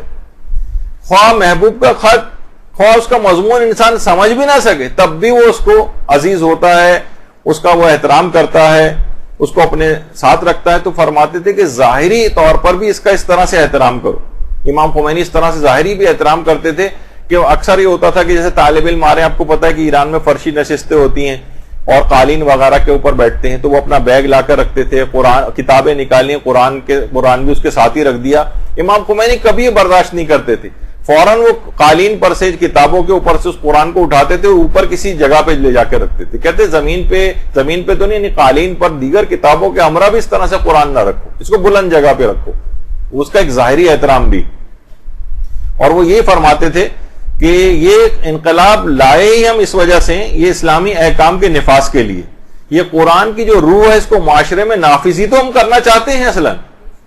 تو اگر کوئی شخص واقعتاً روزانہ ایک شب قدر کا اس لحاظ سے اپنے آپ کو تبدیل کرنے کا ایک ایسا نادر نسخہ ہے کہ صرف آپ اس کے اوپر دیکھیے، ابھی بھی آپ مشکل سے آدھے گھنٹے کے اندر، 40 منٹ کے اندر ایک پارہ تلاوت کر لیتی ہیں، اور کوئی ضروری نہیں کہ ایک ساتھ ایک ہی حلے میں آپ اس کو ختم کریں. یعنی آپ کچھ رکوع کسی وقت پڑھ لیں، کچھ کسی وقت تلاوت کر لیں، کچھ کسی وقت تلاوت کر لیں. اب تو ہر ایک کے ہاتھ میں وہ ایپس موجود ہیں، اور قرآن جو ہے اپنے موبائل فون کے اوپر ہر جگہ، باہر جاتے ہوئے، بس میں بیٹھتے ہوئے، سواری پر، کسی بھی جگہ جو ہے وہ تلاوت کیا جا سکتا ہے. اور اگر عمل بھی اگر کرنا ہے تو مولانا علی مرتضی زیدی صاحب نے ایک بڑا اچھا ایک مومن کا ایک واقعہ نقل کیا تھا. وہ فرماتے ہیں کہ کوئی مومن ان کو ملے تھے جو باقاعدہ انہوں نے کیا کیا ہوا تھا، ایک قرآن اب ان کے پاس تھا، اور اس کے اندر ایک صفحہ انہوں نے رکھا ہوا تھا، اور ایک پین ان کے پاس ہوتا تھا. یعنی قرآن کا جو بھی پیج وہ تلاوت کرتے تھے اس کا ترجمہ دیکھتے تھے، اور اس میں انہوں نے پیپر کے اندر 2 کالم بنائے ہوئے تھے، ڈوز اینڈ ڈونٹس. یعنی یہ کرنا ہے یعنی، تو دیکھتے تھے اس صفحے کے اندر اللہ نے کیا کیا مجھے حکم دیا ہے، وہ جو حکم دیا ہے وہ نوٹ کر لیتے تھے، جن جن کاموں سے روکا ہوتا تھا اس کو نوٹ کر لیتے، کہتے تھے آج کے لیے کافی ہے، بس میں آج اس کے اوپر عمل کروں گا، اگلے دن اگلا صفحہ تلاوت کروں گا. تو انسان اگر چاہے تو اپنے آپ کو واقعتاً اس طرح سے بھی تبدیل کر سکتا. اچھا، اب اتنا بہترین اور آسان نسخہ، ایک دوسرا نسخہ بھی ہے جس کو اس طور پر لوگ اس کی طرف متوجہ نہیں. یہ جو رسالہ ہے توضیح المسائل، یہ اصلاً قرآن اور تمام احادیث کا نچوڑ ہے. یعنی مجتہد تمام احادیث میں غور و فکر کر کے آپ کے لیے احکامات قرآن و حدیث سے ڈرائیو کر کے وہ اس کے اندر پیش کر دیتا ہے. اگر کوئی شخص توضیح المسائل کے مسائل کے مطابق عمل کر لے تو گویا وہ بھی اسی طرح سے تمام قرآن اور تمام احادیث کے اوپر عمل کر لے گا. یعنی الگ سے بھی اس کو کوئی چیز کرنے کی ضرورت نہیں ہوگی. یعنی اگر کوئی شخص رسالہ عملیہ مجتہد کے مسائل کو فالو کر رہا ہے تو گویا وہ قرآن پر عامل ہے، گویا وہ ان احادیث صحیحہ کے اوپر عامل ہے جو کہ کتب احادیث کے اندر آئیں. تو بہرحال یہ اس طرح سے ہے. اور روزانہ کوشش کریں کہ توضیح المسائل کے کم سے کم ایک پیج پڑھ کر اس کے عمل کریں، واجبات، مستحبات، حرام چیزوں سے اپنے آپ کو بچائیں. یہ خود شب قدر کا ایک بہت بڑا عمل اس لحاظ سے. ہمارے ساتھ مسئلہ یہ ہے کہ ہم لوگ کتابیں بھی پڑھنا بند ہو گئے. بھائی دیکھیے کہا جاتا ہے نا کہ جاہل دو طرح کے جاہل ہوتے ہیں. ایک تو وہ ہوتے ہیں کہ جو پڑھ ہی نہیں سکتے, وہ بھی جاہل ہیں, بیچارے کو پڑھنا ہی نہیں آتا. اور ایک وہ بھی کہ جو پڑھ سکتا ہے لیکن پڑھتا نہیں. دونوں یکساں طور پر جاہل رہ جاتے ہیں. ایک تو جو پڑھنا ہی نہیں جانتا اور جو پڑھنا نہیں چاہتا, یہ دونوں یکساں طور پر نتیجہ یہ کہ دونوں جاہل رہ جاتے ہیں. تو اخلاق اور کردار کے اعتبار سے ان کتب کا مطالعہ, کتب دینی کا مطالعہ روزانہ کی اس کے اندر آپ کے شامل ہونا چاہیے. اتنی مشکلات سے ساری کتابیں ہم تک پہنچی ہیں, یہ علوم آل محمد اتنی مشکلات سے ہم تک پہنچے ہیں کہ آپ حیران ہو جائیں گے. بعض اوقات آیت اللہ مرشی نجفی جو سب سے بڑی لائبریری بھی جنہوں نے قائم کی, بے شمار سینکڑوں کتابیں بھی انہوں نے خود لکھی ہیں, یہ خود جوانی کا ایام میں اس زمانے میں اس قدر غربت ہوتی تھی کہ باقاعدہ تہذیب الاسلام کی جو شرح ہے وہ 1 سال کے اجارے کے روزوں کے اوپر انہوں نے لی تھی. کتاب خریدنے تک کے پیسے نہیں ہوتے تھے. کتاب خریدنے کے لیے 1 سال میں اپنے ذاتی رمضان کے روزے رکھنا کتنا مشکل ہوتا ہے, اور یہ دوسروں کے روزے صرف ایک کتاب کے لیے پورے سال کے روزے رکھنا. اور باقاعدہ اجارے کی ایک جو پہلے لکھ لیا جاتا تھا نا کہ کس نے کتنے اجارے کے اوپر, کتنے پیسوں کے اوپر نماز اور روزے کو قبول کیا ہے, تو آیت اللہ مرشی نجفی کے ہاتھ سے لکھا ہوا بھی اس کی ایک تحریری ثبوت ہے. جو 1 ماہ کے روزے جو تھے, یعنی 1 سال کے جو روزے ہوتے ہیں, اس کے اجارے کے طور پر شرح تہذیب الاحکام جو ہے اس کا اجارہ لیا گیا تھا. کتنی علماء نے قربانیاں دی ہیں, کس قدر. پھر علماء یہ بھی فرماتے ہیں ان احکامات کو کوشش کریں جو احکامات آپ کے پاس موجود ہیں توضیح المسائل کی صورت میں, ان کو حفظ بھی کریں. ایک ہوتا ہے سرسری سا پڑھتے ہوئے چلے گئے, دماغ میں جب موقع اور محل پیش آتا ہے تو اس کا حل ہی آپ کے پاس نہیں ہوتا. اکثر طالبات ہیں جو 15 سال سے بھی پڑھ رہی ہیں, چھوٹے سے بھی مسئلے اگر پیش آتے ہیں تو دماغ میں نہیں ہیں رہتے اور پوچھ رہی ہوتی ہیں, لگتا ہی نہیں کہ 15 سال پڑھ چکی ہیں, پہلے سال میں ہے بھی. تو حفظ بھی اس لحاظ سے ہونا چاہیے کہ مسائل آپ کو ازبر ہوں, اور اس کا بھی جو ہے طریقے جو ہے وہ بتائے گئے ہیں. آیت اللہ علی آقا قاضی فرماتے تھے, خاص طور پر کہتے تھے حفظ کے لیے, چاہے وہ قرآنی آیات کا حفظ ہو یا مسائل شریعہ کا حفظ ہو, وہ فرماتے تھے کہ آیت الکرسی خاص طور پر اگر کوئی شخص تلاوت کرے, اس سے اس کا حافظہ قوی ہوگا. اور سورہ معوذتین, سورہ فلق اور سورہ ناس, ان کی تلاوت اس نیت سے کرے کہ میرا حافظہ قوی ہو تو وہ اس کا حافظہ قوی ہو جائے گا. تو ان 3 چیزوں کو تو جو بہت ہی سہل اور آسان اور شخص کو یاد بھی ہوتی ہیں, روزانہ اس نیت سے انشاءاللہ پڑھنا شروع کریں, پھر آپ دیکھیں گے کہ تمام مطالب آپ کو کس طرح سے یاد ہوں گے. اچھا, اس رات کو کوشش کریں کہ ان احکامات کو آپ خود بھی اس رات کو حاصل کریں کہ آیت اللہ شبیری زنجانی نے بھی, شیخ صدوق کے حوالے سے بھی یہ بات آئی ہے کہ اس رات کا جو سب سے بڑا عمل ہے وہ اس رات مسائل فقہ کو جاگ کر یاد کرتے ہوئے یا اس کو پڑھتے ہوئے گزارنا. یہ اس رات کا سب سے بڑا عمل, اس پوری رات جاگنا ہے اور اس کے اندر کوشش کریں کہ احکامات شریعت. اب دیکھیں کتنی سہولیات ہو گئی ہیں, بعض اوقات یقین کیجئے کہ اتنا افسوس ہوتا ہے کہ کتنی محنتوں کے ساتھ بہت ساری چیزیں مدرسے کے اپنا جو آپ کو پتا ہے کہ سوشل میڈیا پہ کتنے سارے پیجز چل رہے ہیں, فیس بک کے اوپر بھی ہیں, لاکھوں کی تعداد میں ممبران ہیں, لیکن مشکل سے 100 شیئر کر رہے ہوتے ہیں, 50 شیئر کر رہے ہوتے ہیں. یعنی اتنی سہولت اور آسانی کہ جسٹ ایک فنگر کلک یا ایک معمولی سی جنبش, ایک آدھے سیکنڈ کے اندر ایک چیز احکام اسلامی دوسروں کو شیئر کیا جا سکتا ہے, لیکن وہ بھی زحمت لوگ گوارا نہیں کرتے. تو اس رات کو کوشش کریں کہ کم سے کم خود سے کوئی اگر اقدام نہیں کر سکتے تو آلریڈی جو کیا کرایا کام ہے وہی دوسروں تک پہنچائیں, تو وہی شمار ہو جائے گا کہ اس رات آپ نے تبلیغات کے اندر بھی حصہ لیا, اس رات آپ نے جو ہے دوسروں کو احکام سکھائے بھی ہیں. کسی کا وضو صحیح کروا دیں, کسی کی نماز کی کوئی غلطی صحیح کروا دیں. اس رات خود بھی کچھ 1 گھنٹہ کم سے کم مخصوص کریں, مطالعہ کریں, مسائل کو سیکھیں. یہ افضل ترین عمل اس رات کا قرار دیا گیا. اور یہ اتنی اہم چیز ہے, دیکھیے واجبات اور حرام کے آیت اللہ فاضل لنکارانی بھی یہ بات خاص طور پر فرماتے تھے. کہتے ہیں 50 سال سے اسلامی اور دینی تعلیم حاصل کر رہا ہوں, اس کا خلاصہ یہ ہے کہ تمام واجبات کو انجام دو اور جہاں تک ممکن ہے لوگوں کے مسائل کو حل کرو. اور قیامت کے دن اگر سوال ہوگا کہ اس کے علاوہ کچھ کیوں کر کے نہیں آئے تو کہہ دینا فاضل لنکرانی نے کہا تھا. یعنی انسان واقعتاً ان مسائل دینیہ کو حاصل کرے اور ان مسائل کو حاصل کرنے کے بعد اور بس یہ مخلوق خدا کی خدمت کرے. ان دو چیزوں کے ساتھ پوری کامیابی آخرت کی حاصل کر سکتا ہے. مرجے کہتا ہے میرا نام لے دینا کہ اس نے کہا تھا, ساری ذمہ داری میں قبول کرتا ہوں, اس کے علاوہ چاہے کچھ بھی نہ کر کے جاؤ. یہ اتنی اہم چیز ہے, چیزیں تو علم کے اعتبار سے ان کو حاصل کرنا چاہیے. آیت اللہ خوئی بھی جب یہ ان سے منسوب ایک قول ہے کہ واجبات پر عمل گویا وہ فرماتے تھے زمین خریدنے کی طرح سے, اور مستحبات پر عمل اس زمین پر پھلدار درخت لگانے کی سی مثال ہے. یعنی اگر زمین ہی نہیں ہوگی تو تم شجرکاری اور زراعت کس جگہ پہ کرو گے؟ یعنی واجبات اور حرام کے اوپر عمل, یہ اس کی پابندی, واجبات پر عمل و حرام سے انسان اپنے آپ کو بچائے, یہ جب گراؤنڈ بن جائے گا تو اسی کے اوپر ہی تو دیگر اعمال مستحبہ کی کاشت ہوگی. تم نے زمین ہی نہیں خریدے تو تم کہاں پہ یہ سب چیزیں لگاتے پھرو گے؟ یعنی اس بات کی کوئی حقیقت نہیں. تو بہرحال یہ علم حاصل کرنا یہ آپ کو بڑے بڑے مقامات کے اوپر فائز کرے گا. تو تقوی کے ساتھ استاد فاطمی نیا معلم اخلاق ہیں, ایران میں ان کے ٹی وی سے بھی کافی دروس وغیرہ آتے ہیں, سوال و جواب کے پروگرامز میں بھی آتے ہیں. یہ فرماتے ہیں کہ مجھ سے مرزا جواد ملکی تبریزی کے ایک شاگرد نے ایک بار کہی تھی یہ بات, اور فرماتے ہیں کہ میں اس وقت جوان تھا. وہ شاگرد فرماتے ہیں کہ میں اس زمانے میں جوان تھا اور آیت اللہ مرزا جواد ملکی تبریزی کے درس میں جایا کرتا تھا.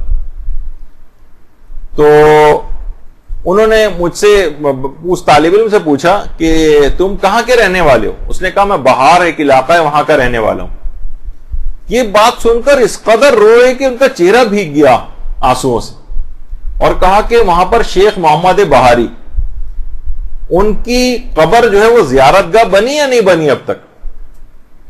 یہ وہ تھے جو شیخ محمد بہاری جو کہ آیت اللہ شیخ حسن علی قلی حمدانی ان کے شاگردوں میں سے تھے. شیخ حسن علی قلی حمدانی, شیخ حسین قلی حمدانی بلکہ. تو یہ فرماتے ہیں کہ یہ انہوں نے کہا, ان کو یاد کیا ایک عالم دین کو, اس کے بعد کہا کہ اگلی جمعرات کو میں ان کا مہمان ہوں, میں ان سے جا کر ملنے والا ہوں. سارے شاگرد رونے لگے کہ آقا نے کیا بات کہہ دی. تو کہہ رہے ہیں کہ ان کے کچھ شاگرد نے کہا کہ میں نے دیگر ان کے شاگردوں سے کہا کہ کوئی نبی اور امام تو ہے نہیں, کوئی نبی امام تو نہیں ہے یہ, کیا اتنی جلدی اس بات کا ہم یقین کر لیں؟ بظاہر ان کی صحت بھی ٹھیک لگ رہی ہے, یہ کہہ رہے ہیں کہ اگلے ہفتے میں ان سے جا کر ملنے والا ہوں, لیکن کہہ رہے ہیں ہوا وہی کہ اگلی جمعرات کو جواد ملکی تبریزی کا جنازہ اٹھایا جا رہا تھا. اچھا, جو اس میں بات تھی خاص اس واقعے میں وہ یہ ہے, دیکھیے اس بات کا احساس دلانے کے لیے کہ انسان اگر علم دین حاصل کرے, اس کی تبلیغات کرے تو کتنا بڑا مقام ملتا ہے. کہہ رہے ہیں اگلی جمعرات کو ان کا انتقال ہوا, شب جمعرات کو مختلف دینی مدارس کے 250 طلبہ نے, مختلف دینی مدارس, اس میں مدرسہ دارالشفا تھا, مدرسہ فیضیہ تھا, اور بہت سارے الگ الگ مدارس کے طالب علموں, 250 طالب علموں نے ایک ہی خواب دیکھا جس میں الف کا بھی فرق نہیں تھا, ایک بھی سر منہ کوئی فرق ہی نہیں تھا. اور وہ یہ تھا کہ آیت اللہ جواد ملکی تبریزی کا جنازہ اٹھایا جا رہا ہے, اور آگے آگے سید الانبیاء جنازے کے ساتھ ساتھ چل رہے.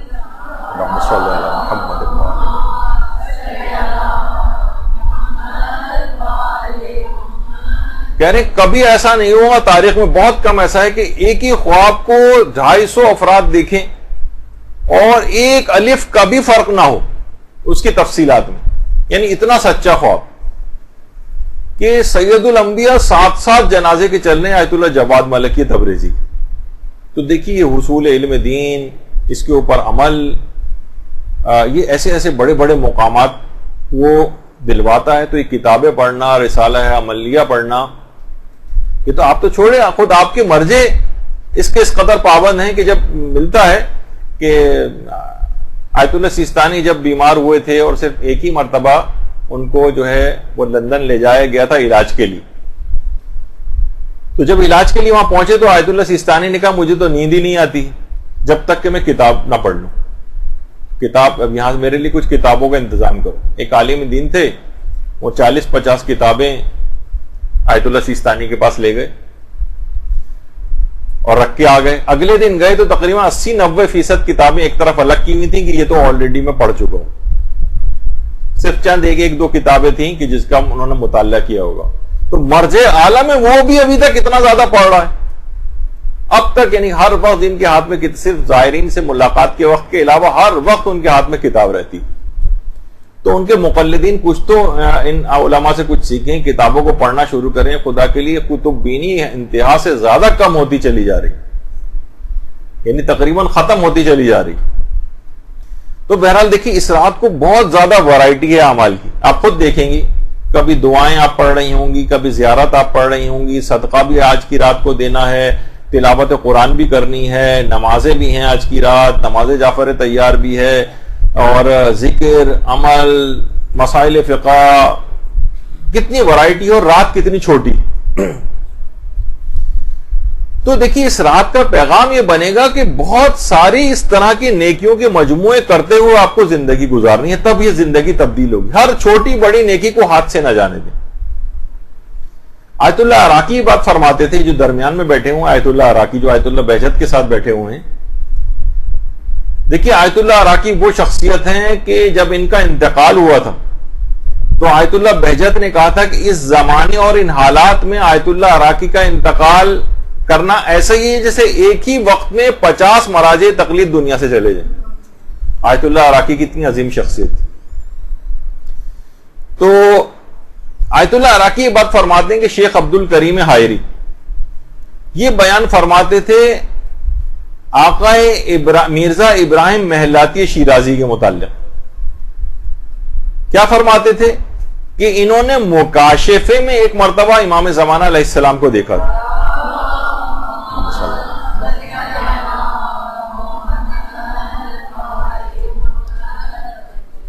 اور دیکھا کہ مرزا شیرازی بزرگ کے گھر پر 3 علماء وہاں پر موجود ہیں جہاں امام زمانہ بھی موجود ہے. ان میں ایک تو مرزا شیرازی موجود تھے، اس کے علاوہ محدث نوری موجود تھے، محدث نوری جن کی مستدرک الوسائل، اور تیسری شخصیت تھی آخوند ملا فتح علی سلطان آبادی جن کا اس سے پہلے تذکرہ ہوا. وہ کہہ رہی ہیں تینوں افراد امام زمانہ کی خدمت میں موجود تھے. میں نے مکاشفے میں دیکھا ہے جلالت اور ہیبت امام زمانہ کی اس قدر تھی کہ ان علماء سے بات نہیں ہو پا رہی تھی.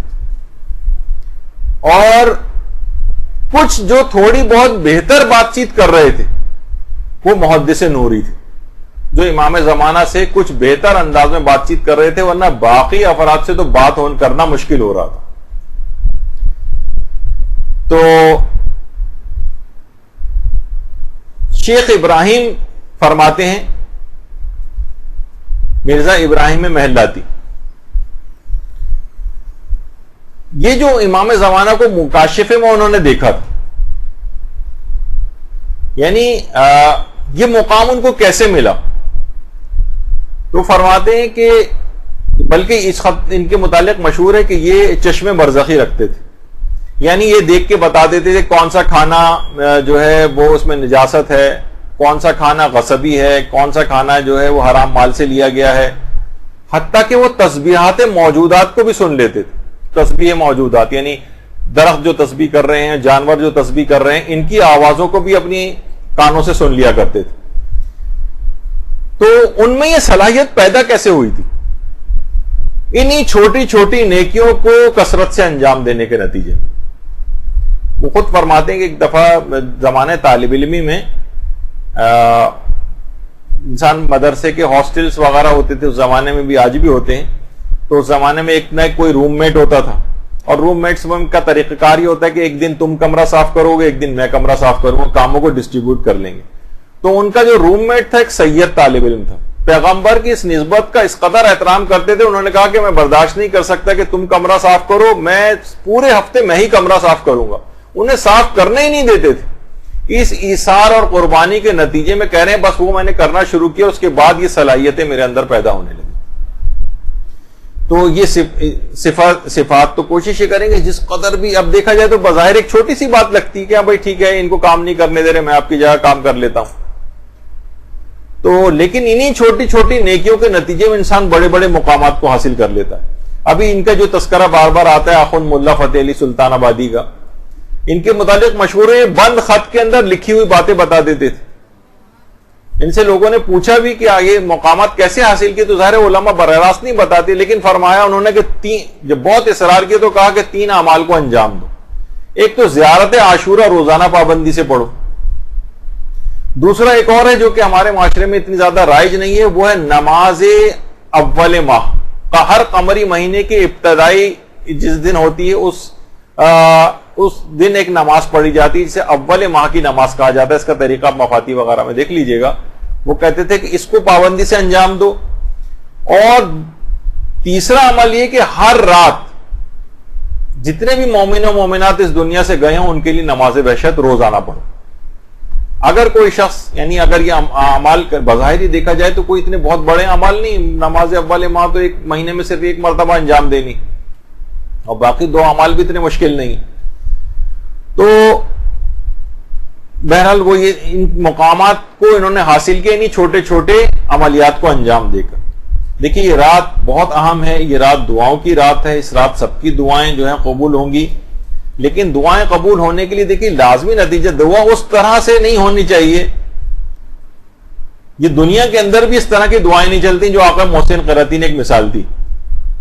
کہنے ایک طالب علم امتحان دے کر آیا اور مصلی نماز بچا کر آ کر فوراً نماز پڑھنے لگا, اور نماز پڑھنے کے بعد بآواز بلند دعا کرنے لگا, اے پروردگارا کوہ ہمالیہ کو امریکہ میں قرار دے, بحیر ارومیہ کو نیشاپور میں قرار دے, اور مثلا سری لنکا کو یورپ میں قرار دے دے. اب لوگ جو ہیں ماں کہنے لگی بیٹا یہ کس قسم کی دعائیں کر رہے ہو؟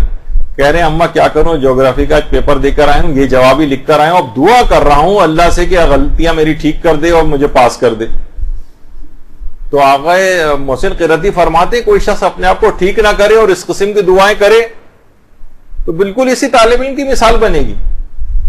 دنیا میں بھی یہ چیزیں نہیں چلتی. جیسے کہا جاتا ہے نا کہ جب کسی کے گھر کی چھت ٹپک رہی ہے اور وہ یہ دعا کرنا شروع کر دے, بجائے کہ سوراخ کو بند کرے اپنی چھت کے, وہ دعا کرے پروردگار بارش ہی نہ ہو, تو یہ غلط دعائیں ہیں اس کی. خود کو مکمل ٹھیک کرنے کا ارادہ کرنا. اچھا اب دیکھیے اس کے لیے دعا سے بھی کام لیا جائے گا, اور کون سی دعا جو سب سے پہلی دعا کرنی ہے جس سے ساری خرابیاں ٹھیک ہو جائیں گی, وہ فقط ایک دعا ہے جس کی بار بار تکرار کرنی کہ پروردگار یوسف زہرا کا ظہور جلد سے جلد ہو جائے. صلی اللہ علیہ محمد.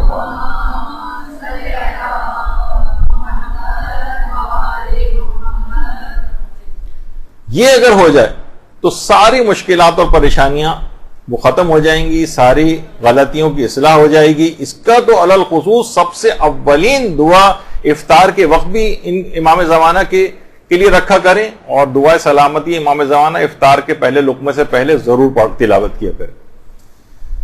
اچھا اب آیت اللہ بہجت ایک بات اور کہتے تھے. دیکھیے وہ فرماتے تھے اگر آپ کو امام زمانہ کی زیارت نصیب ہو جائے, اور انشاءاللہ نصیب ہو, وہ فرماتے تھے دیکھو ان سے ملاقات کی جب تمہیں توفیق نصیب ہو جائے تو ان کے سامنے دنیاوی معاملات لے کر نہ بیٹھ جانا.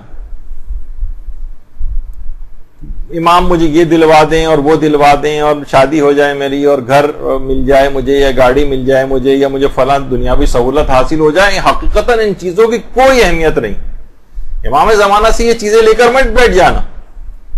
خود فرماتے ہیں کہ میرے ایک دوست نے ایک دفعہ امام زمانہ کو دیکھا تھا, جو وہ میرا دوست مسجد کوفہ میں اعتکاف کر رہا تھا. امام نے اس سے فرمایا تھا ہر آدمی یہاں پر اپنے کام کے لیے آیا ہوا ہے, کسی کو گھر چاہیے, کسی کو اولاد چاہیے, کسی کو بیماری سے نجات چاہیے, میرے لیے کوئی نہیں آیا ہے. لہذا امام کے لیے خاص طور پر امام کے ظہور کی جو دعا ہے کہ ان کے ظہور میں پوری کائنات کا فائدہ ہے. آپ تو شخصی دعائیں کریں گے, 1 2 3 4 افراد کا فائدہ ہوگا, پوری کائنات کا فائدہ. ان کی دعاؤں کو مقدم ہمیشہ رکھیں. آقا علی رضا پناہیان جو کہ بن کے مشہور درس اخلاق وغیرہ آتے ہیں ایران سے, وہ فرماتے ہیں کہ دیکھیے ہر شخص اپنی خواہشات کی تکمیل چاہتا ہے. کہ اس کی خواہشیں پوری ہو جائے, اور خواہش یہ کرنا کوئی بری بات بھی نہیں. وہ کہتے ہیں کہ بس اقدامات اس بات کے کریں کہ اپنی خواہشات کا لیول بڑھائیں. خواہشات پوری کرنے کو یا اس کے لیے دعائیں کرنے کو کوئی منع نہیں کرو, اور آج کی رات بھی آپ کو اپنی تمام دنیاوی خواہشات جتنی ہیں وہ سب مانگنی ہے, صحت بھی مانگنی ہے, سب قسم کی دعائیں بھی مانگنی ہیں, مال و دولت بھی مانگ سکتے ہیں, ہر طرح کی آپ کو کرنی, لیکن خواہشات کا لیول بڑھائیے. آخرت کی خواہش, جنت کی خواہش, برزخی زندگی کے اندر بڑے مقام کو ملنے کی خواہش, ائمہ کے انصار و ایوان میں جانے کی خواہش, اس طرح کی بڑی خواہشات کی طرف جائیں نا. یہ تو بہت چھوٹی اور حقیر خواہشات ہیں, انسان اس کے اندر لگا رہتا. تو اچھا, اب کچھ افراد ایسے ہیں, امام زمانہ تو ٹاپ آف دی لسٹ آپ رکھیں دعاؤں کے سلسلے میں, لیکن اس کے بعد علماء فرماتے ہیں کچھ افراد دیکھیے ایسے بھی ہیں. آپ دیکھتی ہیں اپنے آپ کے ماحول اور معاشرے میں, رشتہ داروں میں, قرب و جوار میں کچھ افراد ہیں جو دین پر عامل نہیں. بہت مشکلات ہیں ان لوگوں کے لیے, نہ علم حاصل کرتے ہیں, اخلاق و کردار بھی خراب ہے, زیادہ گناہگار محسوس ہوتے ہیں, بات بھی کسی کی نہیں سنتے ہیں. ایسے افراد کے لیے علی الخصوص اس رات کو خصوصی دعائیں کریں. آقا سید مرتضی کشمیری یہ اذان فجر سے پہلے حرم امیر المومنین میں آ جاتے تھے, اور اس زمانے میں ایک مدرسہ مرتضوی ہوتا تھا جو خود صحن امیر المومنین کے اندر ہوتا تھا. ایک دن لوگوں نے سنا کہ ایک طالب علم سے کہہ رہے تھے کہ سلمان و ابو ذر کے لیے دعائیں مت کیا کرو, قنوت, نماز وتر کے قنوت میں گناہگار مومنین کے لیے دعائیں کیا کرو, وہ زیادہ ان دعاؤں کے مستحق. ہم بعض اوقات ہمارے دماغ میں اچھے اچھے افراد آ رہے ہوتے ہیں دعاؤں کے لیے, ان کے لیے بھی کریں, منع نہیں ہے, لیکن بہرحال ان افراد کو خصوصیت کے ساتھ کہ جن کے پاس کوئی اور آپ کو نظر آ رہا ہے کہ ان کا انجام بخیر نہیں ہوگا, یہ بہت برائی کے راستے کے اوپر جا رہے ہیں, ان کے لیے خصوصیت کے ساتھ اس رات کو دعا کرنی. اور آپ کو پتا ہے کہ بہرحال سب سے بہترین دعا وہی سمجھی جاتی ہے جو ایک غائب دوسرے غائب کے لیے کرتا. حجت الاسلام سید قاسم شجاعی کے نام سے ایک عالم گزرے ہیں, وہ فرماتے ہیں کہ ایک زمانے میں آیت اللہ کوہستانی بیمار تھے. میں ان کو جانتا بھی نہیں تھا, کبھی میں نے آمنے سامنے بھی آیت اللہ کوہستانی کو نہیں دیکھا تھا, لیکن جب میں حج کے لیے گیا تو میں نے میدان عرفات میں آیت اللہ کوہستانی کے لیے دعا کی. اور اس کے بعد پھر جب میں دوبارہ ایران آیا اور ایران میں مشہد آیا, تو میں نے ایک دفعہ جب حرم میں گیا ہوا تھا تو میں نے دیکھا کہ آیت اللہ کوہستانی کو کچھ لوگ سہارا دے کے حرم کے اندر لا رہے. تو میں نے اطراف میں لوگوں سے پوچھا کہ یہ کون ہے, تو لوگوں نے بتایا ارے یہی تو آیت اللہ کوہستانی. تو کہنے میں قریب ان کے گیا تو اچانک سے جاتے جاتے ایک دم سے رک گئے, اور مجھے دیکھ کر کہا, جب بھی کبھی ملے بھی نہیں تھے ان سے, مجھے دیکھ کر کہا کہ آپ کی عرفات کی دعا ہم تک پہنچ گئی. تو ایک شخص جو دوسرے غائب مومن کے لیے دعا کرتا, غائب مومن کے لیے دعا کرتا ہے, خود سوچئے کہ اس تک ضرور اس کی دعا پہنچتی. اور آیت اللہ کوہستانی وہی ہیں کہ شاہ عبد العظیم کے روضے کے اندر ہی جن کی قبر مبارک بھی تہران. تو آیت اللہ سید احمد فہریہ زنجانی, انہوں نے بھی ایک واقعہ اسی طرح کا سنایا تھا کہ ایک دفعہ مدرسہ دارالشفا کے اندر ہم نے دیکھا کہ آیت اللہ جواد ملکی تبریزی خود تشریف لائے ایک طالب علم سے ملنے کے لیے, اور بہت ہی عزت و احترام کے ساتھ اتنا بڑا عالم ایک چھوٹے سے طالب علم سے ملنے خود مدرسے آئے. سب لوگ حیران پریشان کہ یہ کیا ہو گیا. کہا, لوگوں نے جب پوچھا تو کہنے لگے آج سحر کے وقت مجھ پر کچھ ایسا فیض الہی جاری ہوا کہ میں یہ سمجھ گیا کہ یہ میرے کسی عمل کی وجہ سے نہیں. اور جب میں نے زیادہ توجہ کی, دیکھیے معنویات برزخی آنکھ رکھتے ہیں اور معنویات کو پہچانتے ہیں, کہہ رہے ہیں جب میں نے زیادہ توجہ کی, متوجہ ہوا, تو معلوم یہ چلا کہ اس طالب علم نے نماز تہجد میں میرے لیے دعا کی تھی, اس کے نتیجے میں فیضان الہی مجھ پہ جاری ہوا. تو کہہ رہے ہیں اس وجہ سے میں اس سے ملاقات کے لیے آیا ہوں تاکہ اس کا شکریہ ادا کر سکوں. تو دیکھیے کسی کے لیے دعا کرنا یہ بہت بڑا کام ہے. آپ کی دعائیں آپ کو پتہ نہیں کس انداز سے لوگوں کے لیے قبول ہو جائیں. تو نیکوکار ہوں یا گناہگار ہوں, اپنے اطراف میں رشتہ دار, دوست, احباب, ان سب کے لیے خصوصی طور پر دعا کیجئے کہ ایک غائب دوسرے غائب کے لیے کرتا ہے تو لازمی قبول ہوتی ہے, اور خود وہ دعا آپ کے اپنے حق میں بھی قبول ہو جاتی. یہی وجہ ہے کہ صرف خالی اس حد تک نہ رہیں کہ صرف اپنے دعا کی نہیں، کوئی عمل ذاتی طور پر اگر کبھی آپ کو اس کا بھی توفیق مل جائے، مثلا ہو سکتا ہے کہ کوئی شخص مقروض ہو، کسی چیز کی ضرورت ہو، وہ بھی اگر پوری کر دیں، اور اس بات کی آج کی رات ہی اگر ایسا ہو جائے تو وہ بھی خود ایک بہت بڑا ایک لحاظ سے آئندہ زندگی کے لیے آپ کا ایک وہ بن جائے گا کہ مجھے آئندہ زندگی کیسے گزارنی۔ آیت اللہ سید جمال الدین گل پائگانی، نفس پر کنٹرول اور تقوی و پرہیزگاری نے اس مقام تک انہیں پہنچا دیا تھا کہ یہ بھی برزخی زندگی کو آنکھوں سے دیکھنے کی صلاحیت انہوں نے پیدا کر لی تھی۔ گھنٹوں وادی السلام کا جو قبرستان ہے، گھنٹوں آیت اللہ سید محمد جمال الدین گل پائگانی وہاں بیٹھے رہتے تھے، اور وہ خود فرماتے ہیں کہ میں اس قبرستان کے اندر مردوں کے نالہ و فریاد سنا کرتا تھا اور نیک لوگوں کی ارواح کو خوش ہوتے دیکھتا تھا۔ باقاعدہ کتاب جو آیت حق ہے اس کے اندر بھی یہ بات آئی ہے کہ کہنے کہ ایک دفعہ ایک تازہ قبر کے اوپر میں نے عذاب کو دیکھا، اور جب میں نے چشم برزخی سے زیادہ متوجہ ہوا تو معلوم یہ چلا کہ شخص یتیموں کا مقروض تھا، اس کی گردن پر ان کا حق تھا۔ دیکھیے جیسے کہ کسی کے گھر میں انتقال ہو جاتا ہے تو عام طور پر جو چھوٹے نابالغ بچے ہوتے ہیں، کچھ ہوتے ہیں عام طور پر چچا تایا وغیرہ، وہ ان کی چیزوں کے اوپر قابض ہو جاتے ہیں، بچوں کو ان کا حق نہیں پہنچنے دیتے ہیں۔ کہا کہ اسی طریقے سے یہ شخص بھی تھا کہ یتیموں کا حق اس کی گردن پر تھا۔ تو کہہ رہے ہیں میں نے جب متوجہ ہوا تو اس کو مقروض پایا، جس کی وجہ سے اس کے اوپر یہ عذاب ہو رہا تھا۔ تو کہنے میں باقاعدہ تلاش کر کے اس مرحوم کے گھر گیا، اور باقاعدہ اس مرحوم کی طرف سے میں نے خود قرضے کو ادا کیا، اور اس کے بعد کہہ رہے ہیں جس رات کو میں نے قرضہ ادا کیا، اس کے اگلے دن جب میں دوبارہ اس کی قبر پہ گیا تو وہ عذاب برطرف ہو چکا تھا۔ تو خالی یہ نہیں کہ فقط دعا کی حد تک رہنا ہے، بلکہ عمل کے اعتبار سے بھی آگے بڑھنا۔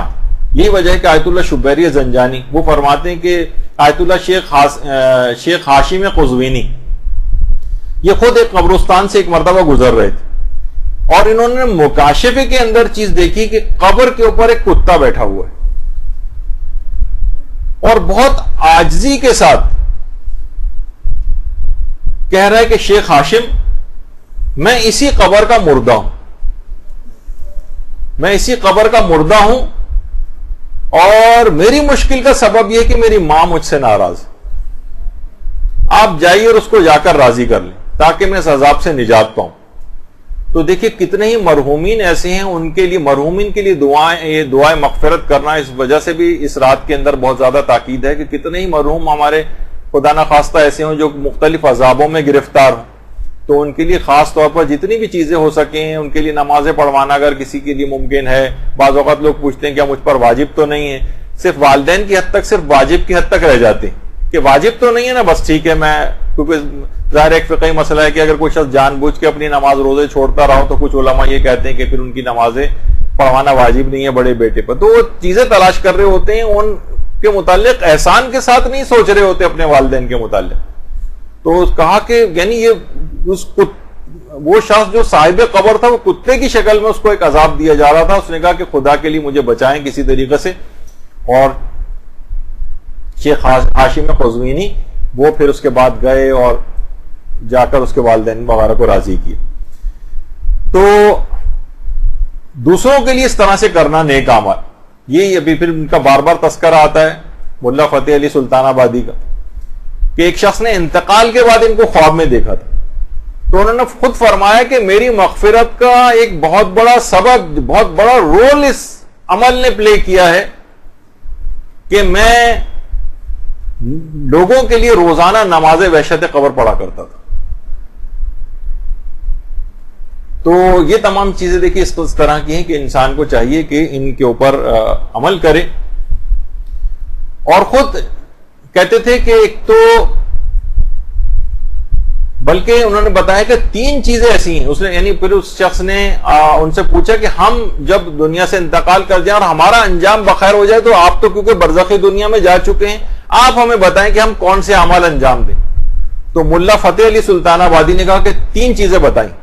کیا کہ تم اپنا اگر انجام بخیر چاہتے ہو، ایک تو یہ کہ مالی حقوق کے سلسلے میں کوتاہی مت کرنا، مالی حقوق خمس اگر تم پر واجب ہے تو خمس ادا کرو، اور فرمایا کہ بلکہ ایک چیز تاکید کے طور پر بات کہی کہ کوشش کرو کہ ہر مہینے حساب کرو. یعنی یہ نہیں کہ ہر مہینے خمس نکالو, اپنا حساب کتاب دیکھو. خمس تو اپنی تاریخ کے اوپر ہی نکالا جائے گا, لیکن بعض اوقات پورا سال گزر جاتا ہے اور انسان بہت سی چیزوں میں صحاب و غفلت سے کام لیتا ہے اور اسکپ ہو جاتی ہیں چیزیں جن پر خمس واجب تھا اور دماغ سے نکل گیا. ہر مہینے حساب کرتے رہو گے تو تمہارا اپڈیٹ رہے گا کتنا خمس دینا ہے کتنا نہیں. تو کام مالی حقوق کے سلسلے میں سختی کا مظاہرہ کرو. کسی کے قرضے دیے ہیں, قرضے لیے ہوئے تو قرضے واپس کرو, ادھار لیے ہوئے ہیں, کسی سے کوئی چیز لی ہوئی ہے, مالی حقوق ان کی بہت زیادہ پابندی کرو اگر نجات چاہتے ہو. دوسرا فرمایا کہ نمازوں کو ان کے اول اوقات میں انجام دو. یعنی ایک آدمی جو دوسری دنیا کے اندر جا چکا ہے, جیسے کوئی آدمی یہاں سے کینیڈا چلا گیا اور آپ کو بھی وہاں پر جانا ہے مثلا کسی کو, تو وہاں کے حالات پوچھتا ہے کہ میں کیا کیا چیزیں مجھے یہاں پر کام آئیں گی, وہ بتا دیتا ہے, تو کتنی سہولیتیں آپ کو مل جاتی ہیں. تو فرمایا کہ مالی حقوق اپنے پابندی کے ساتھ ادا کرو, کوشش کرو کہ ہر مہینے حساب کرو. یا اور دوسرا ہے کہ نمازوں کو ان کے اول اوقات میں انجام دو. اور تیسرا یہ کہ لوگوں کے ساتھ انصاف سے کام لو اور حسن سلوک سے پیش آؤ. زیادتی کسی کے ساتھ نہ کرو. بعض اوقات یہ ہوتا ہے کہ غیر ضروری ایکسپیکٹیشن بھی کسی کے ساتھ زیادتی ہو جاتی ہے. ہو سکتا ہے کوئی آپ کے معیار پہ پورا نہ اتر رہا ہو, آپ اس سے ناراض ہو جائیں. سب کو اس رات معاف کر دیجیے. سب کو اس رات بڑے سے بڑا آپ کے حق میں تقصیر کی ہو, اس رات معاف کر دیجیے. کیونکہ دیکھیے اپنے لیے بھی تو انسان اس رات کو مغفرت کا طالب ہے نا پروردگار سے. مستدرک الوسائل کے اندر باقاعدہ روایت میں ہے پیغمبر سے کہ کسی نے ان سے پوچھا تھا کہ اگر شب قدر آئے تو مجھے کیا طلب کرنا چاہیے, تو پیغمبر اسلام نے مغفرت طلب کرنے کی بات کی کہ انسان پروردگار سے معافی مانگے کہ خدا بہترین معاف کرنے والا ہے, تو اس رات کو مغفرت طلب کرنی چاہیے. تو اپنے لیے بھی مغفرت طلب کرے اور خود دوسروں کو بھی معاف کرے, خود دوسروں کو بھی معاف کرے. اچھا بعض اوقات دیکھیے تمام چیزیں لیکن اس پہ عمل نہیں ہو پاتا ہے. کتنے ہی ہمارے, اب اتنا وقت بھی نہیں ہے کہ میں ان تمام چیزوں کو جو ہے بیان کروں, تو بہرحال اس کو آگے بڑھاتے ہوئے اسکپ کرتے ہوئے کچھ چیزیں. تو دیکھیے اس رات کو خاص طور پر نماز شب کو آپ کو فراموش نہیں کرنا. نماز شب کو فراموش نہیں کرنا. آیت اللہ بہجت ایک اچھی بات کہتے تھے کہ لوگ ہم سے آ کر پوچھتے ہیں کہ نیند کے لیے افسوس کرتے ہیں کہ ہم کیوں نماز شب کے لیے نہیں اٹھ سکے. وہ فرماتے تھے ارے نیند پر اپنی افسوس نہ کرو, اپنی بیداری پر افسوس کیا کرو کہ کیسی غفلت میں یہ زندگی ہم گزار رہے ہیں بیداری والی. وہ فرماتے تھے کہ اگر بیداری کے عالم میں تم اطاعت پروردگار اور خدا کی بندگی کرو گے, اس کے احکام پر عمل کرو گے, تو یہ اطاعت تم کو نیند میں بھی حاصل ہو جائے گی. یعنی دن کے اوقات کے اندر تو اطاعت خدا کرو, خود بخود تمہاری آنکھ نماز شب کے لیے رات کے وقت کھل جایا کرے گی. تو قرآن کی بھی توفیق ملے گی اور عبادت کی بھی توفیق ملے گی. اور کیسے ملتی ہے؟ آیت اللہ شیخ حسن علی نخودکی اصفہانی جو امام خمینی کی بھی اساتذہ میں سے تھے روحانیت کے, وہ فرماتے تھے, لوگ ان سے پوچھتے تھے آپ کوئی وظیفہ بتائیں کہ ہم نماز شب کے لیے اٹھ سکیں اور ہمارے لیے دیگر کاموں میں بھی آسانی ہو جائے. تو فرماتے تھے کہ صبح کے وقت اگر تم تلاوت قرآن کرو اور خاص طور پر سورہ یاسین کی تلاوت کرو تو تمہیں نماز شب کی توفیق نصیب ہو جائے گی. روزانہ اگر کوئی شخص سورہ یاسین اس لحاظ سے پڑھنا شروع کر دے یا تلاوت قرآن. اس رات کا دیکھیے ایک اور عمل ہے کہ پوری رات آپ کو جاگنا ہے نفس کے لیے. نفس کو پائمال, اصل میں جاگنے کا ایک فلسفہ یہ کہ انسان کا نفس پائمال ہوتا ہے. بدن کہہ رہا ہے کہ آرام کرو, نفس کہہ رہا ہے کہ آرام کرو, لیکن آپ اسے پائمال کرتی ہیں, نفس کو کچلتی ہیں. تو جب نفس کا اگر آپ کچلیں گی آج کی رات تو اس کا برکت پورے سال پر محیط ہو جائے گی اور ایک آپ عام زندگی میں بھی اپنے نفس کو کچلیں گے احکامات پروردگار کے لیے گناہوں کے سلسلے میں. یہی وجہ ہے کہ پروردگار عالم نے حضرت موسیٰ کو جو وحی کی تھی اس میں یہ بھی تھا کہ ایک موسیٰ, اے موسیٰ جھوٹا ہے وہ شخص جو اس بات کو خیال کرے کہ مجھ سے محبت کرتا ہے اور جب رات چھا جائے تو مجھ سے گفتگو نہ کرے اور راز و نیاز کے بجائے سوتا رہے. کچھ عام دنوں کے اندر بھی اس رات کا پیغام یہ کہ کچھ وقت عبادت کے لیے رات میں نکالا جائے, خواہ نماز شب کے لیے یا دیگر نمازوں کے لیے. ائمہ کی سیرت بھی یہی تھی. تو اس رات کو اس وجہ سے آپ کو نماز شب کے پابند ہونے کا بھی عہد کرنا ہے اگر شب قدر میں خود کو تبدیل کرنا ہے. اور کوشش یہ کریں کہ پوری رات باوضو رہیں. یہ عام زندگی کے لحاظ سے بھی ایک پیغام ہے. دیکھیے بہت معنویات ہمیں احساس نہیں ہوتا بعض اوقات، لیکن علماء پہچان لیتے ہیں. آقا باقر وحید بہبہانی 98 سال کی عمر میں تقریباً انہوں نے انتقال کیا تھا. بہت ضعیف ہو گئے تھے، گھر میں شرح العلماء کا درس دیتے تھے طالب علموں کو. تو ایک دفعہ درس دینے کے بعد ایک طالب علم کو باقاعدہ روکا اور کہا کہ جاؤ قالین فلاں جگہ سے اٹھاؤ، وہاں نیچے پیسے رکھے ہوئے ہیں، حمام جاؤ اور غسل جا کر کرو، نجاست کی حالت میں آئندہ کبھی درس کے اندر نہ آنا. وہ پہچان جاتے تھے کہ معنویات متاثر ہوتی. انسان اگر بغیر وضو کے رہے یا بغیر غسل کے رہے تو اس کی روحانیت میں کمی واقع ہو جاتی. شب قدر میں جس قدر زیادہ ممکن ہو 3 4 5 دفعہ ہی وضو کرنا پڑ جائے گا، لیکن وضو کر کے پوری رات کوشش کریں کہ تاکہ معنویات آپ کی رہیں، آپ کی روحانیت قوی رہے. آیت اللہ عباس کوچانی سے بھی ملتا ہے یہ بات.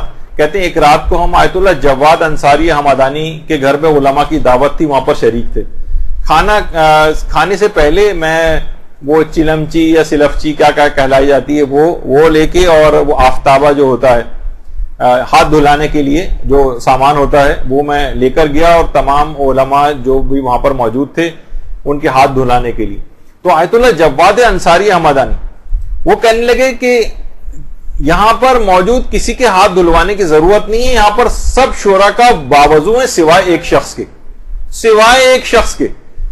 اب خود آیت اللہ کوچانی فرماتے کہ میں حیران اور پریشان تھا کہ سوائے صرف میرے، یعنی صرف میں نے وضو نہیں کیا ہوا تھا. لیکن وہ پہچان گئے کیونکہ ان کو نظر آ جاتا ہے کہ یہاں پر معنویات اور روحانیت کے اندر ایک کمی. تو کوشش یہ کریں کہ شب قدر کے اندر زیادہ تر اوقات کے اندر باوضو رہیں تاکہ پروردگار کی طرف سے روحانیت جو ایک کیچ ہونے کی صلاحیت ہے وہ پیدا ہو. اور آخری بات اس کے اندر یہ ہے کہ دیکھیں لوگ اس رات کو بہت زیادہ بے سکونی، اکثر لوگ وظیفے پوچھ رہے ہوتے ہیں، بہت پریشانیاں آ گئی ہیں، بہت پریشانیاں ہیں، بہت مصیبتیں ہیں، کہیں رزق کی کمی کا مسئلہ ہے، کہیں گھریلو جھگڑوں کا مسئلہ ہے، کہیں شوہر و بیوی کے مسائل ہیں، پریشانیوں کے اندر گھر گویا پریشانیوں نے دیکھ لیا ہے. تو علماء اس میں نقل کرتے ہیں ایک بات کو جو اس کا نتیجہ ہے کہ آج کی رات اس کا بھی عہد کرنا. حمدان میں ایک مومن فرماتے ہیں کہ مجھے بالکل دلی سکون نصیب نہیں تھا، تو میں دل کو سکون پہنچانے کے لیے انتہائی پریشان تھا، اور میں اپنے دل کو سکون پہنچانے کے لیے مدرسہ علمیہ آخوند جو حمدان میں وہاں چلا جایا کرتا، طالب علموں کے ساتھ بیٹھتا تھا تو میرا دل بہل جاتا تھا. اب فرماتے ہیں کہ ایک دن میں بہت پریشان تھا، بیوی سے میری تو میں ہو گئی، یہاں تک کہ غصے میں میرا ہاتھ اٹھ گیا. بہرحال اسی غصے کے عالم میں گھر سے باہر نکلا، دل تو بہت پریشان تھا، سوچا کہ چلو طالب علموں کے ساتھ جا کے بیٹھتا ہوں، ذرا دل بہلے گا. راستے میں آیت اللہ جواد انصاری حمدانی کے گھر آ گیا. سوچا کہ جب یہ گزر ہی رہا ہوں تو آقا کو سلام کرتا چلتا ہوں. کہنے میں اندر گیا، سلام کیا، انہوں نے سلام کا جواب دیا اور بلا فاصلہ کہا اگر اپنی بیوی پر آج ہاتھ نہ اٹھاتے تو تمہیں دلی سکون کے لیے کسی جگہ کو تلاش کرنے کی ضرورت نہیں تھی. وہ کہتے ہیں میں جب بھی 40 سال اس واقعے کو ہو چکے ہیں، جب بھی یاد کرتا ہوں آج بھی شرم سے پانی ہو جاتا. تو یہ اس رات کا اس لحاظ سے پیغام ہے کہ خدارا آپس کے اختلافات اور جھگڑوں کو آج کی رات بالکل ختم کر دیں. اگر آپ سب کے بہت سنجیدگی کے ساتھ بیٹھ کر نوٹ کریں تو انتہائی چھوٹی باتیں کہ اس نے مجھے یہ کہہ دیا اور اس نے یہ کہہ دیا اور اس نے ایسا کیوں کہہ دیا اور ویسا کیوں کہہ دیا، انتہائی حقیر اور چھوٹی باتوں کے لیے آپ نے اتنے جھگڑے اور فساد کو مول لیا ہوا.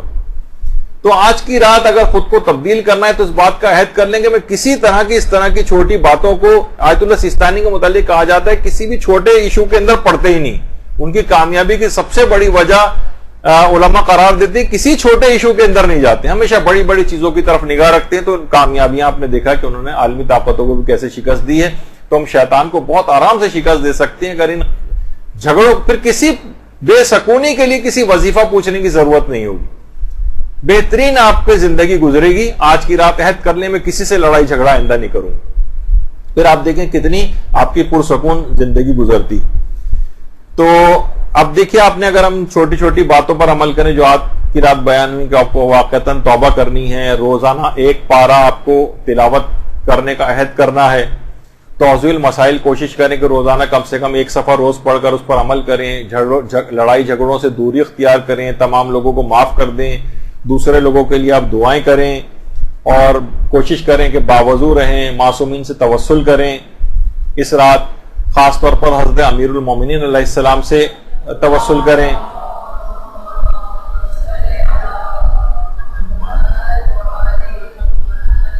حضرت زہرا سے آج توسل کریں، امام زمانہ سے آج توسل کریں، ان کے لحاظ سے دعائیں مانگیں، اور خاص طور پر امام حسین علیہ السلام سے بھی توسل کریں۔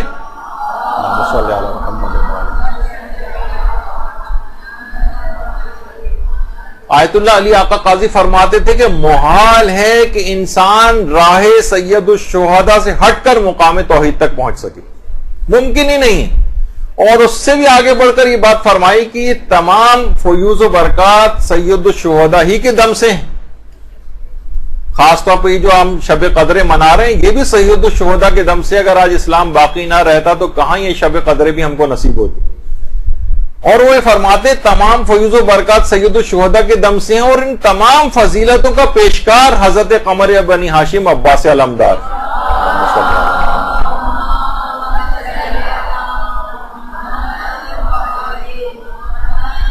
تو ان تمام شخصیات کا توسل آج کی رات اختیار کریں۔ بس آخر میں پروردگار عالم سے دعا ہے کہ جو علم ہم نے حاصل کیا ہے اس پر عمل کرنے کی ہمیں توفیق نصیب فرمائے، اور آج کی رات اور آنے والی رات جتنی بھی شبائے قدر اس کے بعد آئیں گی اس میں دنیا اور آخرت کی تمام ہماری حاجات کو قبول فرمائے۔ بحق محمد وآلہ الطیبین الطاہرین وصلی اللہ علی محمد وآلہ الطیبین الطاہرین۔ درود بھیجیں۔ برحمتك يا أرحم الراحمين وصلى الله على محمد وآله الطاهرين۔